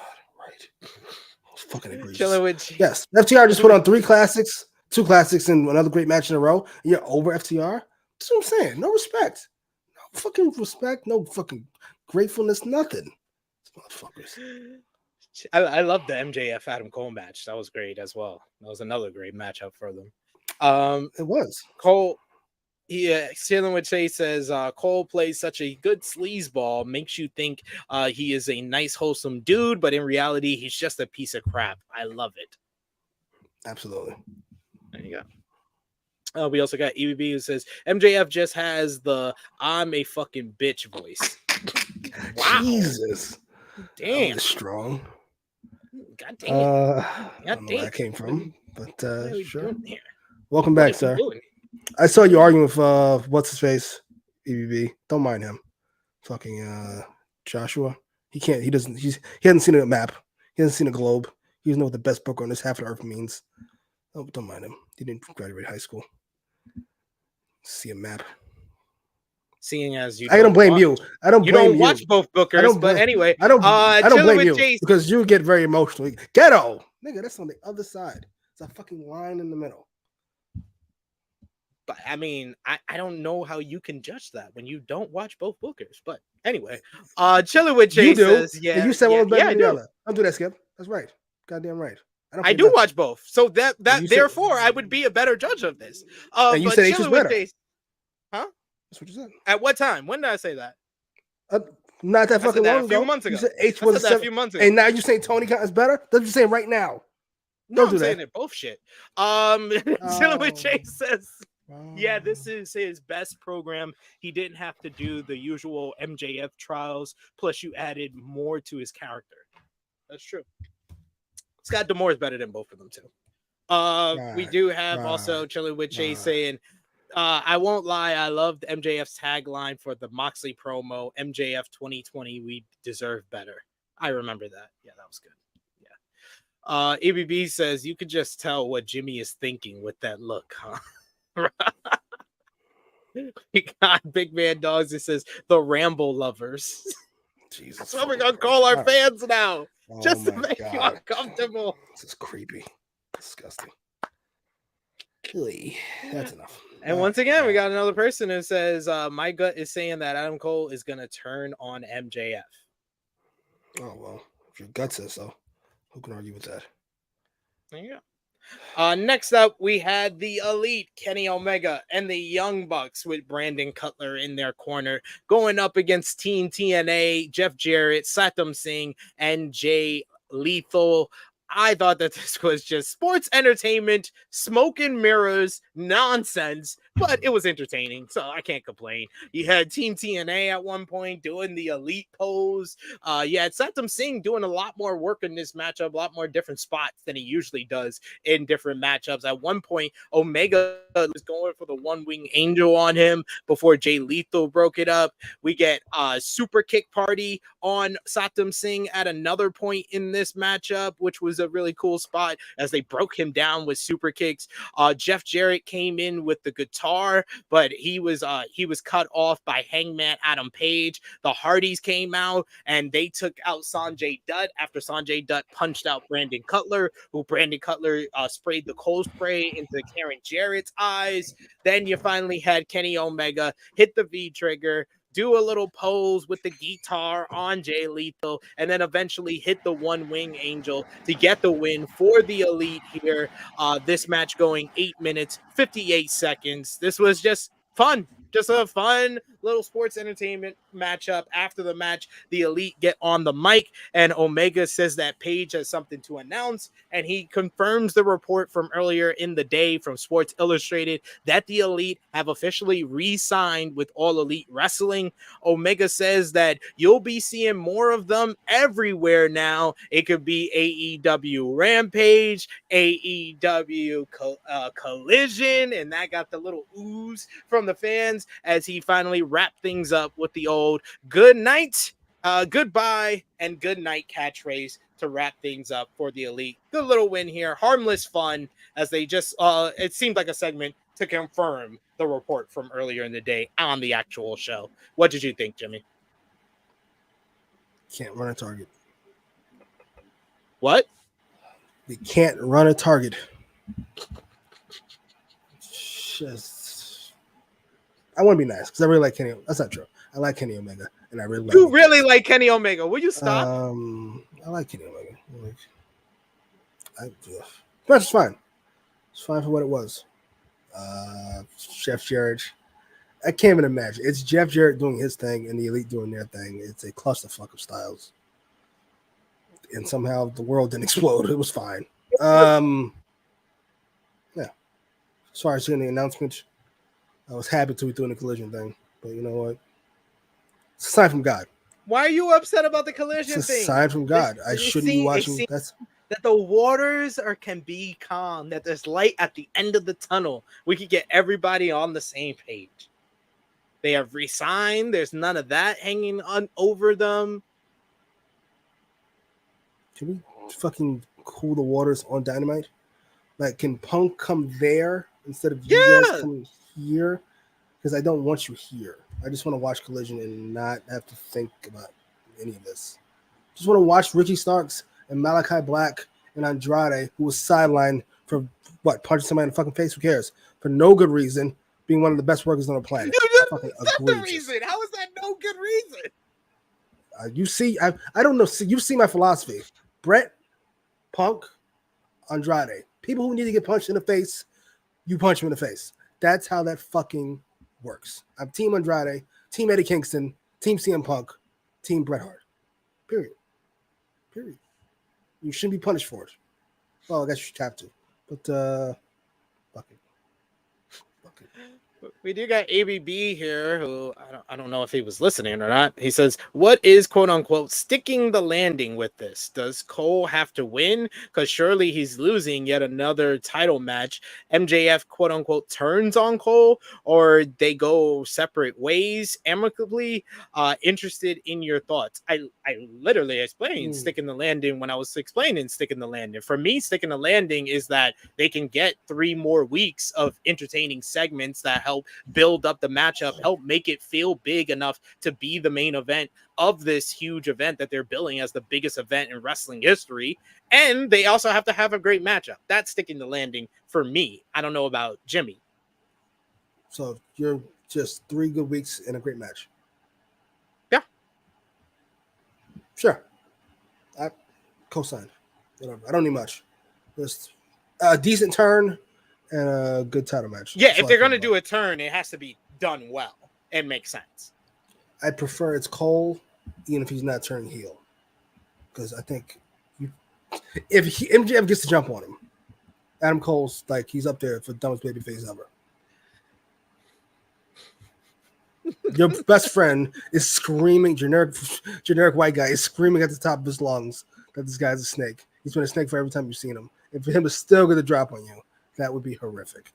Yeah, so, that's why I loved the post-match on Collision when he was just like, turn my back to you. Here, I'll just give up.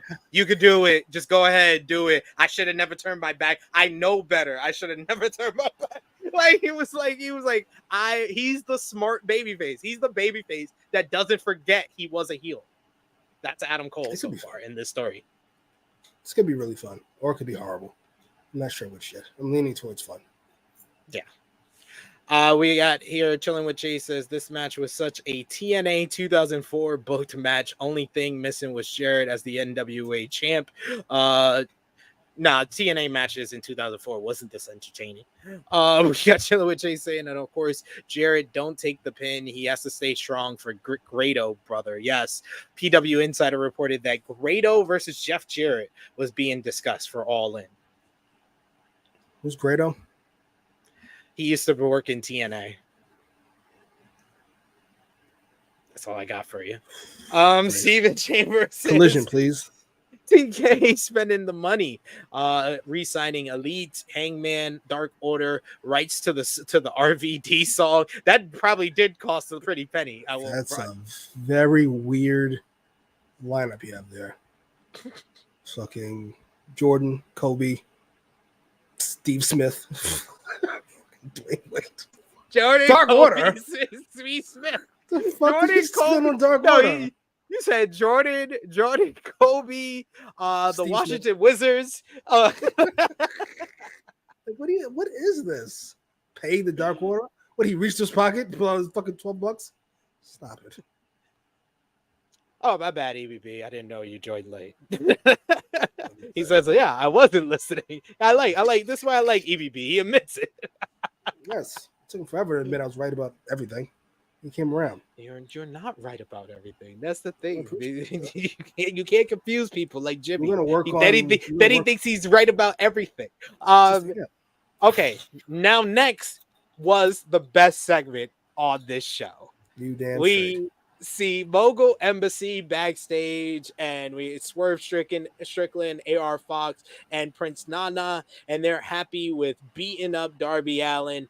And he says that AR Fox. This is a good question. He was like, "Why didn't you call me when you got signed to AEW, Darby? Why did it take 5 years until you saw me backstage for you to finally speak to me again after I gave you a place to stay?" And Swerve says at Mogul Embassy, "We don't forget about ours. I even got AR Fox in my brand new movie. Roll the footage." And it shows AR Fox and Swerve Strickland with Prince Nana behind the camera showing up at Nick Wayne's, basically his father's gym, the Buddy Wayne Academy, at his house in the garage. They open it up, and Swerve says, "Can you train me, Nick?" Come in, and they start beating up the students. You get AR Fox slamming the picture that Nick Wayne showed of his father in him when he was young over Nick Wayne's head. So Nick Wayne is busted open. They take his phone, and they're trying to break into his phone and then make him. I'm sorry, this felt like a movie. I felt like I've seen this in a movie before, where you beat up the white boy and tell him to call his parents so you can get some money from them. But he's calling his big brother Darby. Swerve gets on the phone, and he says it's that easy to make a call. So why didn't Darby call AR Fox when he got to AEW? He says that the beatings will continue, and they are going to take everything from Darby Allin. This was shot so well. This came off. This was so effective in making Swerve come off like a top heel in this company. He felt like an evil villain boss. AR Fox, and just the way he's manipulating, basically the reasoning for AR Fox doing the turn is Swerve manipulating the resentment that AR Fox had towards Darby Allin getting signed to AEW before him, and now he's using it to beat up people that Darby cares about. Man, Swerve, we've been saying it for what feels like a year now that he is a star. And once again, this was another star platform for Swerve here. This was fucking great. It looked great. It was shot great. It had the same vibes as the cinematography, the same vibes as Cody. He was like getting slapped by fucking Red Velvet. Yes. But it was so very different. Yo, but can we say, like, this year AEW's really killing it with their out of ring, out of arena segments? The Briscoes farm shit, MJF and Adam Cole. That was fine. It's fine. You can never just say it was good. You have to. It was fine. I didn't love it. I didn't love it the way you guys loved it. You love the chicken farm. You love the chicken. No, I said it was great. Oh, okay. And I said the Adam Cole fucking MJF. It's fine. This was also great. A bit over the top, all things considered. This probably would have worked better if Darby had won their last match. It feels weird that after a win he's turned it up. Yeah, I love it though. That honestly, that makes him more of a villain. That makes he won. What do you need to do to him? Fucking beat him up, bloodied him. Like, what, you gonna call Darby? He should probably be calling the police. What the fuck? This is outrageous. Darby, call the cops, sir. He's about to be murdered on fucking national TV. Even one Mike Nation said this straight up attempted murder. I Right? love it. Like, what the fuck are we doing? This is great. I hope it transitions into. I know what I want from this. Darby's going after the TNT title. I would love for them to throw Swerve in there. He said, "I'm going to take everything from you." Maybe he tries to take the TNT title shot. Okay, I'm not mad at that. I wasn't mad with them shooting over the belt. This really worked. This felt the appropriate amount of violence. I don't know if I like the spot this was put in. It's a weird spot. Maybe you can't open a show with it. The advertisers would not be happy. But They had to put it in the second hour. They had to Somewhere. because of time. That was outrageous. It was so great. We got Annika who says the ransom should have been Darby gives his title match to Swerve. That would have been great. That would have been great. Look at that. We got Kid Get Money. Once again, Kid sends money with another super chat donation saying, coming in, leaving your victim in a puddle of blood at their own house. Kind of sounds like what the Jags gonna do to everyone on the road. Duval. Yes, please. Quite astonishing. Quite astonishing. One Mike Nation says Darby wins at All In. Swerve wins at All Out. Darby's going for the TNT title at All Out. So I don't know how that's gonna work. Why? Because he won the Royal Rampage. No, but like, why not do that at All In? What, the title match? The TNT title match? They wanted to advertise something for All Out. So, because that's the harder sell. That's going to be the harder sell. I think they're going to get to 80,000. Darby ain't going to fucking do it. What? No. Darby ain't going to fucking do it. But you have to advertise some matches for that card. Since it's a week after, you're building to both shows at the same time. Yeah. It feels like a bad idea. Yeah, it is. It most definitely is. Glad we're on the same page. I'm expecting a much bigger argument for that. Fair enough. No. Oh no. What? Like I am nothing but logical and reasonable, sir. Regardless of what you think about me or what you say about me. Yes. What you say about me or what you think about me, I am logical and reasonable. Very logical. He can be very unreasonable. You can. That's because you are literally unreasonable. So I am unreasonable with you. Absolutely. It's gaslighting, folks. Don't fall for that. Gaslighting, right? Like those dudes who beat the women. You're literally saying you sound like dudes who beat their women, right? You sound like dudes who beat their women. Why did you make me do this? You made me do this to you. I love you. You treat me like this. You're literally gaslighting at the same time. Ring of Honor World Tag Team Championships up for grabs. Aussie Open defending against the team of Commander and El Hijo del Vikingo. I like the fact that Vikingo and Commander were in matching gear. They do team from time to time in AAA in Mexico, and they showed that they had some tag team chemistry throughout this matchup. And I like that it was a little bit of a styles clash with the more high flying and speed based Commander and Vikingo going against the more power and technical ability of Aussie Open. They used their speed and to keep Aussie Open on the back foot throughout this matchup. Eventually, Aussie Open were able to catch them, but Vikingo and Commander were able to make their comeback. Eventually, they isolated Commander in the ring after taking out Vikingo. He tries for the rope walk, shooting star press Commander, but Fletcher is able to move out the way. They hit the double clothesline, followed by Coriolis to get the win in just under 10 minutes. Aussie Open retains the ROH Tag Team Championships. I thought this was a pretty good matchup here on the show. Nothing to write home about, though. What did you think? Who cares? Okay, I thought we're done with ROH. What happened? Why are we back on this? This is one of the excuses you motherfuckers had for me fucking up to this point. And then it's just been a fucking few years round of a fucking, oh, well, it'll get better once we're fucking past Forbidden Door. This was last year. Oh, well, after the ROH stuff, that's when things were downhill. Now that it's gone, it'll be back again. No, once we get past Forbidden Door, oh, we got All Out and All In back to back. Oh, well, it's always something. It's always something. Enough. Maybe he doesn't know what he's doing. Have any of us considered that? Have any of us considered it? I know I have. Of course you have. Steven Chambers saying Aussie Open, great tag team. I agree.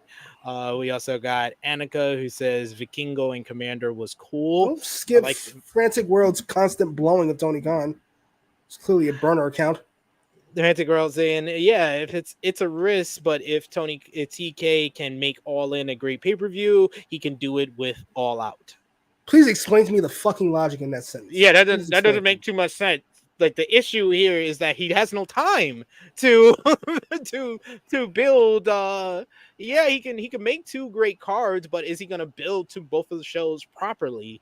That is the issue with running two back-to-back pay-per-views. Didn't hear you. Too busy. That's why WWE. I criticized WWE when they did it in 2020. I'm going to criticize AEW when they do it in 2023. That's how I know it was over for Vince. Because usually not usually, back in the day, he rose to competition. When AEW showed up, I don't know what happened. He lost his mind. He went to the the worst worst years they've ever had. Yeah, they lost their fucking minds. If it wasn't for the pandemic, I don't think he would have had anything to make him be creative. I think that like the 2020, the reason why we got all that creative stuff is because the pandemic forced him to like be like, yeah, Roman and Paul, y'all work together, y'all figure it out, y'all can do whatever y'all want, do it. And then we got the greatest storyline made out of that.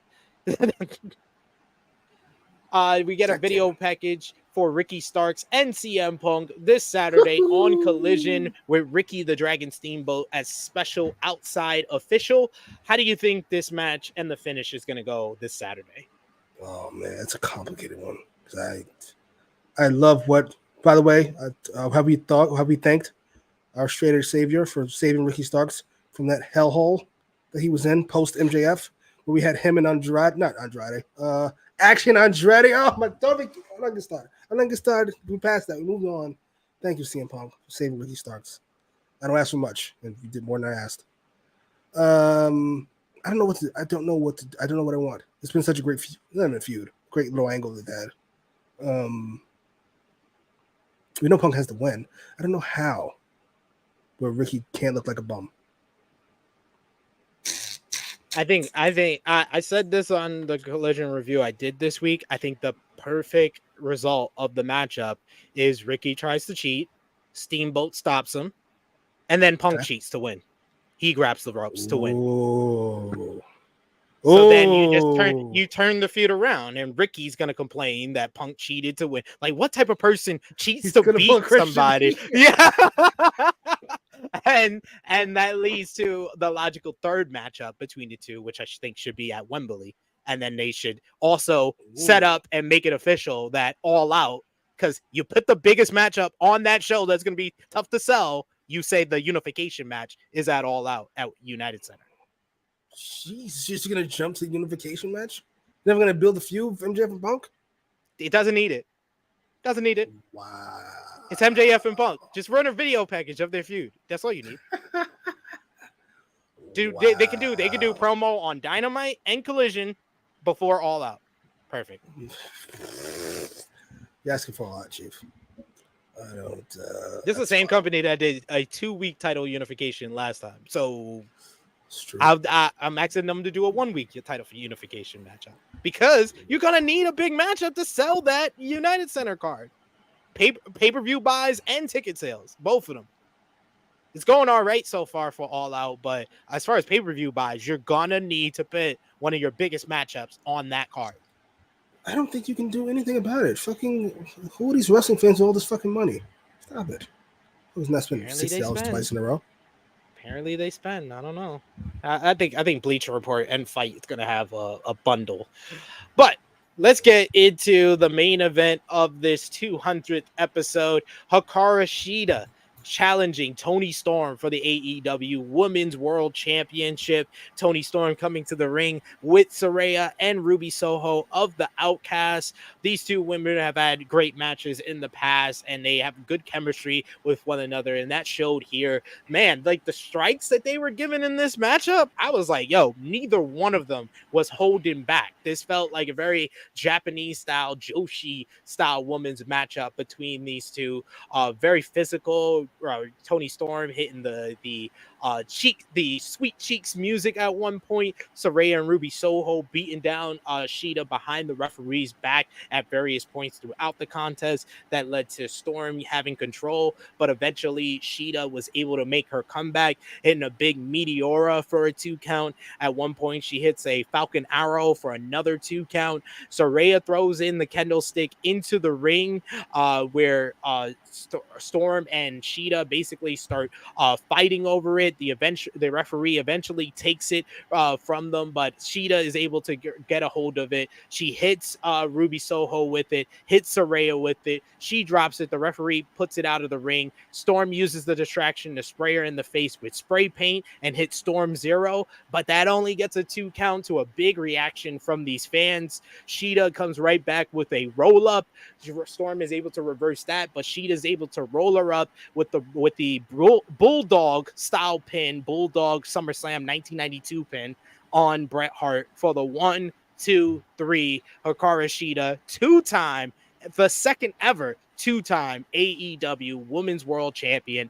This match went 13 minutes, 16 seconds. I thought it was really, really good, and it gave this kind of like big show a special moment to end the night. I thought when Shida and Storm was announced as the main event at the beginning of the show, I was like, it's either a title change or Thunder Rosa or some woman is debuting. So I wasn't really surprised seeing this at the end. And Hikaru Shida deserves it. Been the workhorse for the women's division for a long, long time now. What did you think about this result and the match itself, Shida and Storm, Jimmy? The nights this had a proper build to it. They have so much history. One could argue the heel turn started when they did that shitty interview with Shida, where they ignored her. They were talking back. She could have been like, instead of making it about her being the former pandemic champion, she could be like, the outcast was made on my back, basically. It worked. Instead, we got a match with, was it Nyla Rose? I'm going to guess Nyla Rose is always Nyla Rose.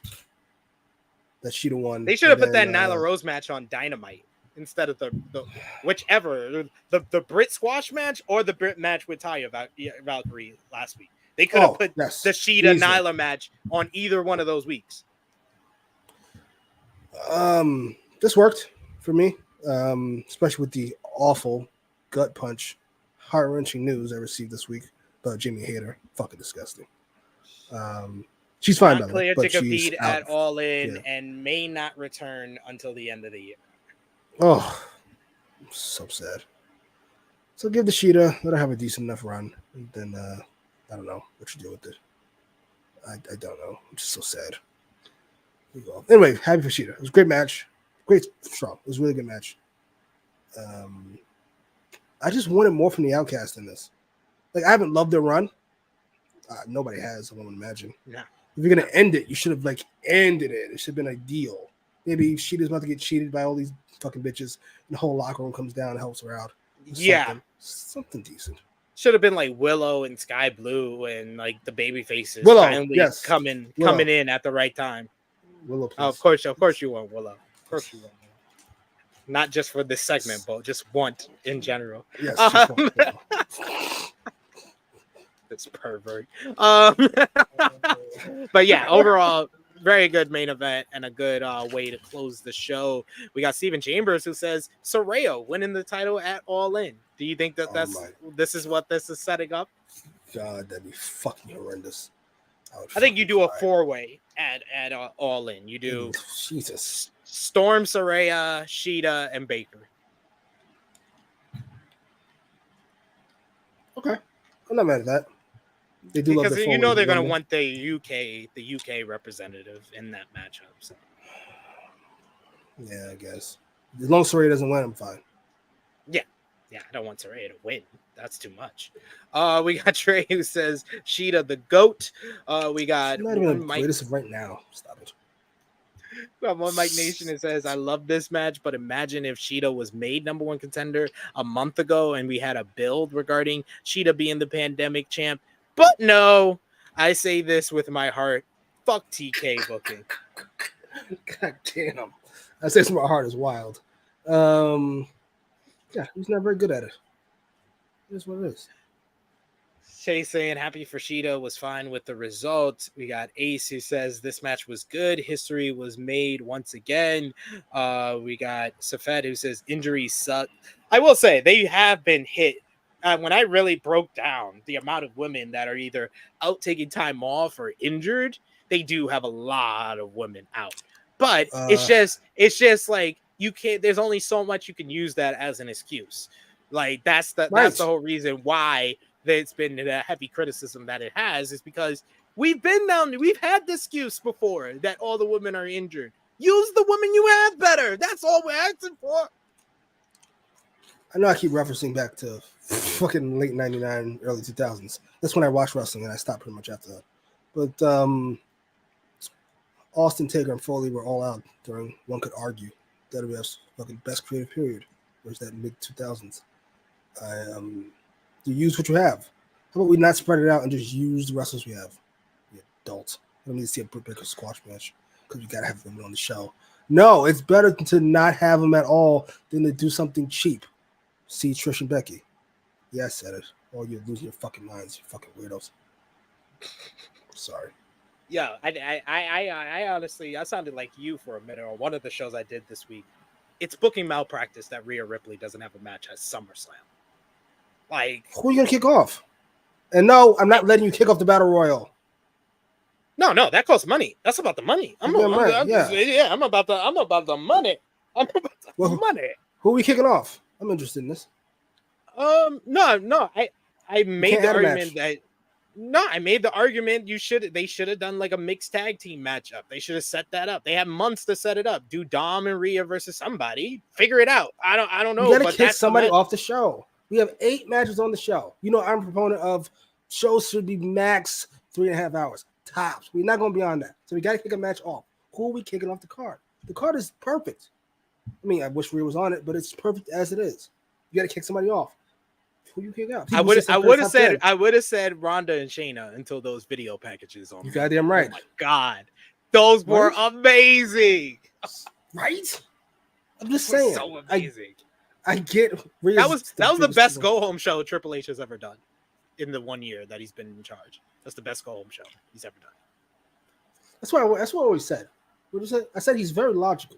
When he leaves his emotions at home, he can be reasonable. I always leave my emotions at home. You never do with Tony Khan. But when it comes to Triple H and who else? You have literally never gave Tony Khan credit for anything in AEW since like year one. After I'll be nice. I have to give him credit. No, that was the perfect response. We're out there. That was the perfect. I'm trying to tell you. Sound off in the live chat. Let us know your match of the night, MVP, LVP, whether you gave the show a thumbs up, thumbs down, thumbs in the middle. And of course, remember to like this video, share it with your friends, sound off in the live chat. And of course, if you're watching on demand, sound off in the comments down below and hit the subscribe button if you're new to the True Hill Heat YouTube channel. But for me and Jimmy, for the August 2nd, 2023, 200th episode of AEW Dynamite, thumbs up, thumbs down, thumbs in the middle in 3, 2, 1. Thumbs up across the board. Jimmy, what did you give the show? 7.5. I gave it an 8 out of 10. 8 out of 10. I always give a half. 0.5 bump. Yep. Hey, I was 0.5 below you. Like for 2 weeks in a row. 2 weeks in a row. So it had to change. No, I really enjoyed this episode. Gave you just enough big moments to make it feel like a noteworthy 200 episode. Had the characters that we've come to kind of known for Dynamite, whether it be MJF, Jon Moxley, the Elite. So I thought it was perfectly done for a 200th episode, but nothing wildly out of the ordinary, like a match of the year candidate or anything like that gives it above an 8. So 8 out of 10 is where I stand. I can't go higher than 7.5. We got Will Chisholm who says SP3 had that gun ready for kicking off Ronda and Shayna, and then that promo saved their lives. Absolutely, it did. It did. Stop giving Ronda a live microphone. It seems pretty simple. Just have her sit down, pre-tape it. It's fine. She actually came off like a human being. Chase, and now she's leaving. It's all over. Chase says thumbs up, 8 out of 10. Ace says 8 out of 10. We got Slammin' Sammy Joe's in the chat. Thanks for showing up, brother. So it gives it a thumbs up. Dan giving a thumbs up, 8 out of 10. One Mike Nation, 8 out of 10. Thumbs up. Big Man Dogs at 7.5 out of 10. Thumbs up. And Frantic World says MVP Shida, Tony, MJF, and Adam Cole. Jimmy, who is your MVP for the show? First of all, that is the most racist fucking MVP lineup I've ever seen in my fucking life. Because the answer is obviously Swerve. And then maybe you can go with AR Fox or somebody. Like, what the fuck are you on about? Stop it. Stop it. And Roger Strong. I don't do co-MVPs with it. Swerve and Roger Strong. My co-MVP. Who made you laugh the most in this episode? Roger Strong, MVP. Oh man, no, but I'm gonna go with Swerve and Hikaru Shida. I thought that Swerve, that beat down at the Bodyweight Academy, it was so awesome. So awesome. And Shida Open getting her it. crowning moment in front of the fans too, winning that title back. I thought that was something that she very much earned and deserved. So I got to give her MVP honors as well. LVP, Jimmy. Boy. Don't do this. I can't go Tony Khan this week. That's usually my go-to, so I can't think of anybody off the top of my fucking head. I don't know. I suppose I'm going to go with Jericho. Did he let Daddy Magic boss him around? That shit was wild. Yeah, make me mine, sir. Move on with life. Jesus. He's like, get on with this shit. I'm going to go honorable mention for MVP for Trent Beretta because he got a win that none of us saw coming. None of us saw that win coming. Oh, maybe John Moxley for LVP. Sorry, sir. Ooh. I'm gonna go with. Even though he made me laugh the most, I'm gonna go with Roderick Strong. I'm gonna go with Roderick Strong for LVP because he's freak out. Like that is not a normal reaction, sir. It isn't at all. He might need to get his brain checked out. Might be something wrong with him. He got CTE. Oh my god. Yo, that shit was funny. That was great. One of the best moments of the show. Jimmy, that brings us to a close on reviewing the 200th episode of AEW Dynamite. Please let the people know where they can follow you on social media, what you got going on the other channel, and anything else. At Jimmy Macram on Twitter, where I gotta be honest, been watching a lot of how'd you put this? Thieves getting their due in the moment videos. I like to talk to you guys on my Twitter, the random Twitter exploits. I've been watching videos about thieves getting shot randomly, like on live camera footage. Sorry. I just find things like that interesting. All right. Some more professional stuff. On YouTube, we're watching movies and television shows and stuff that don't involve real people getting really shot. So there's that.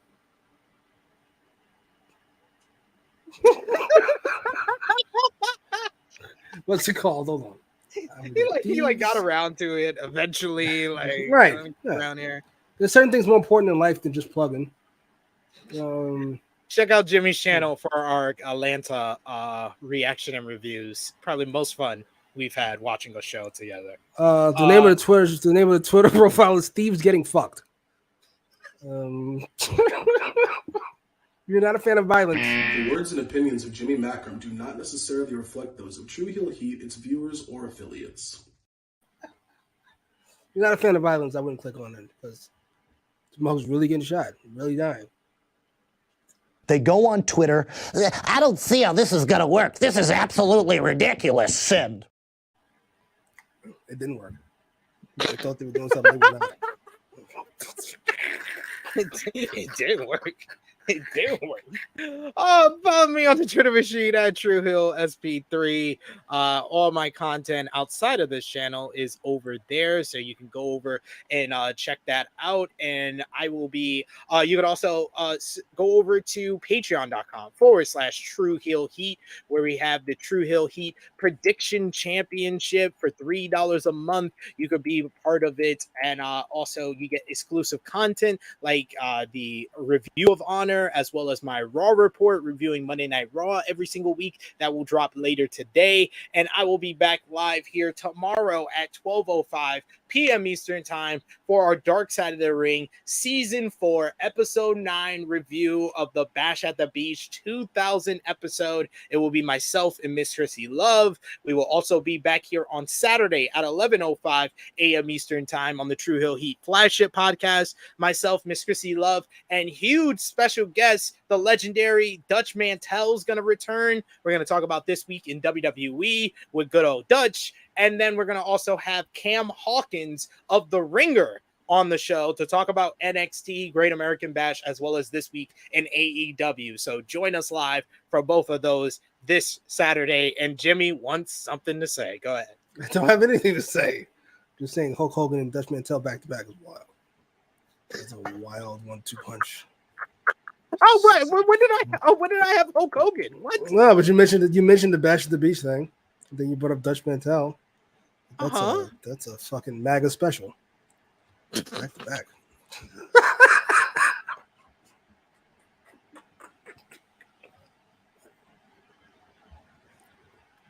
Sure, they're all nice. Well, I'm sure Dutch is a nice guy.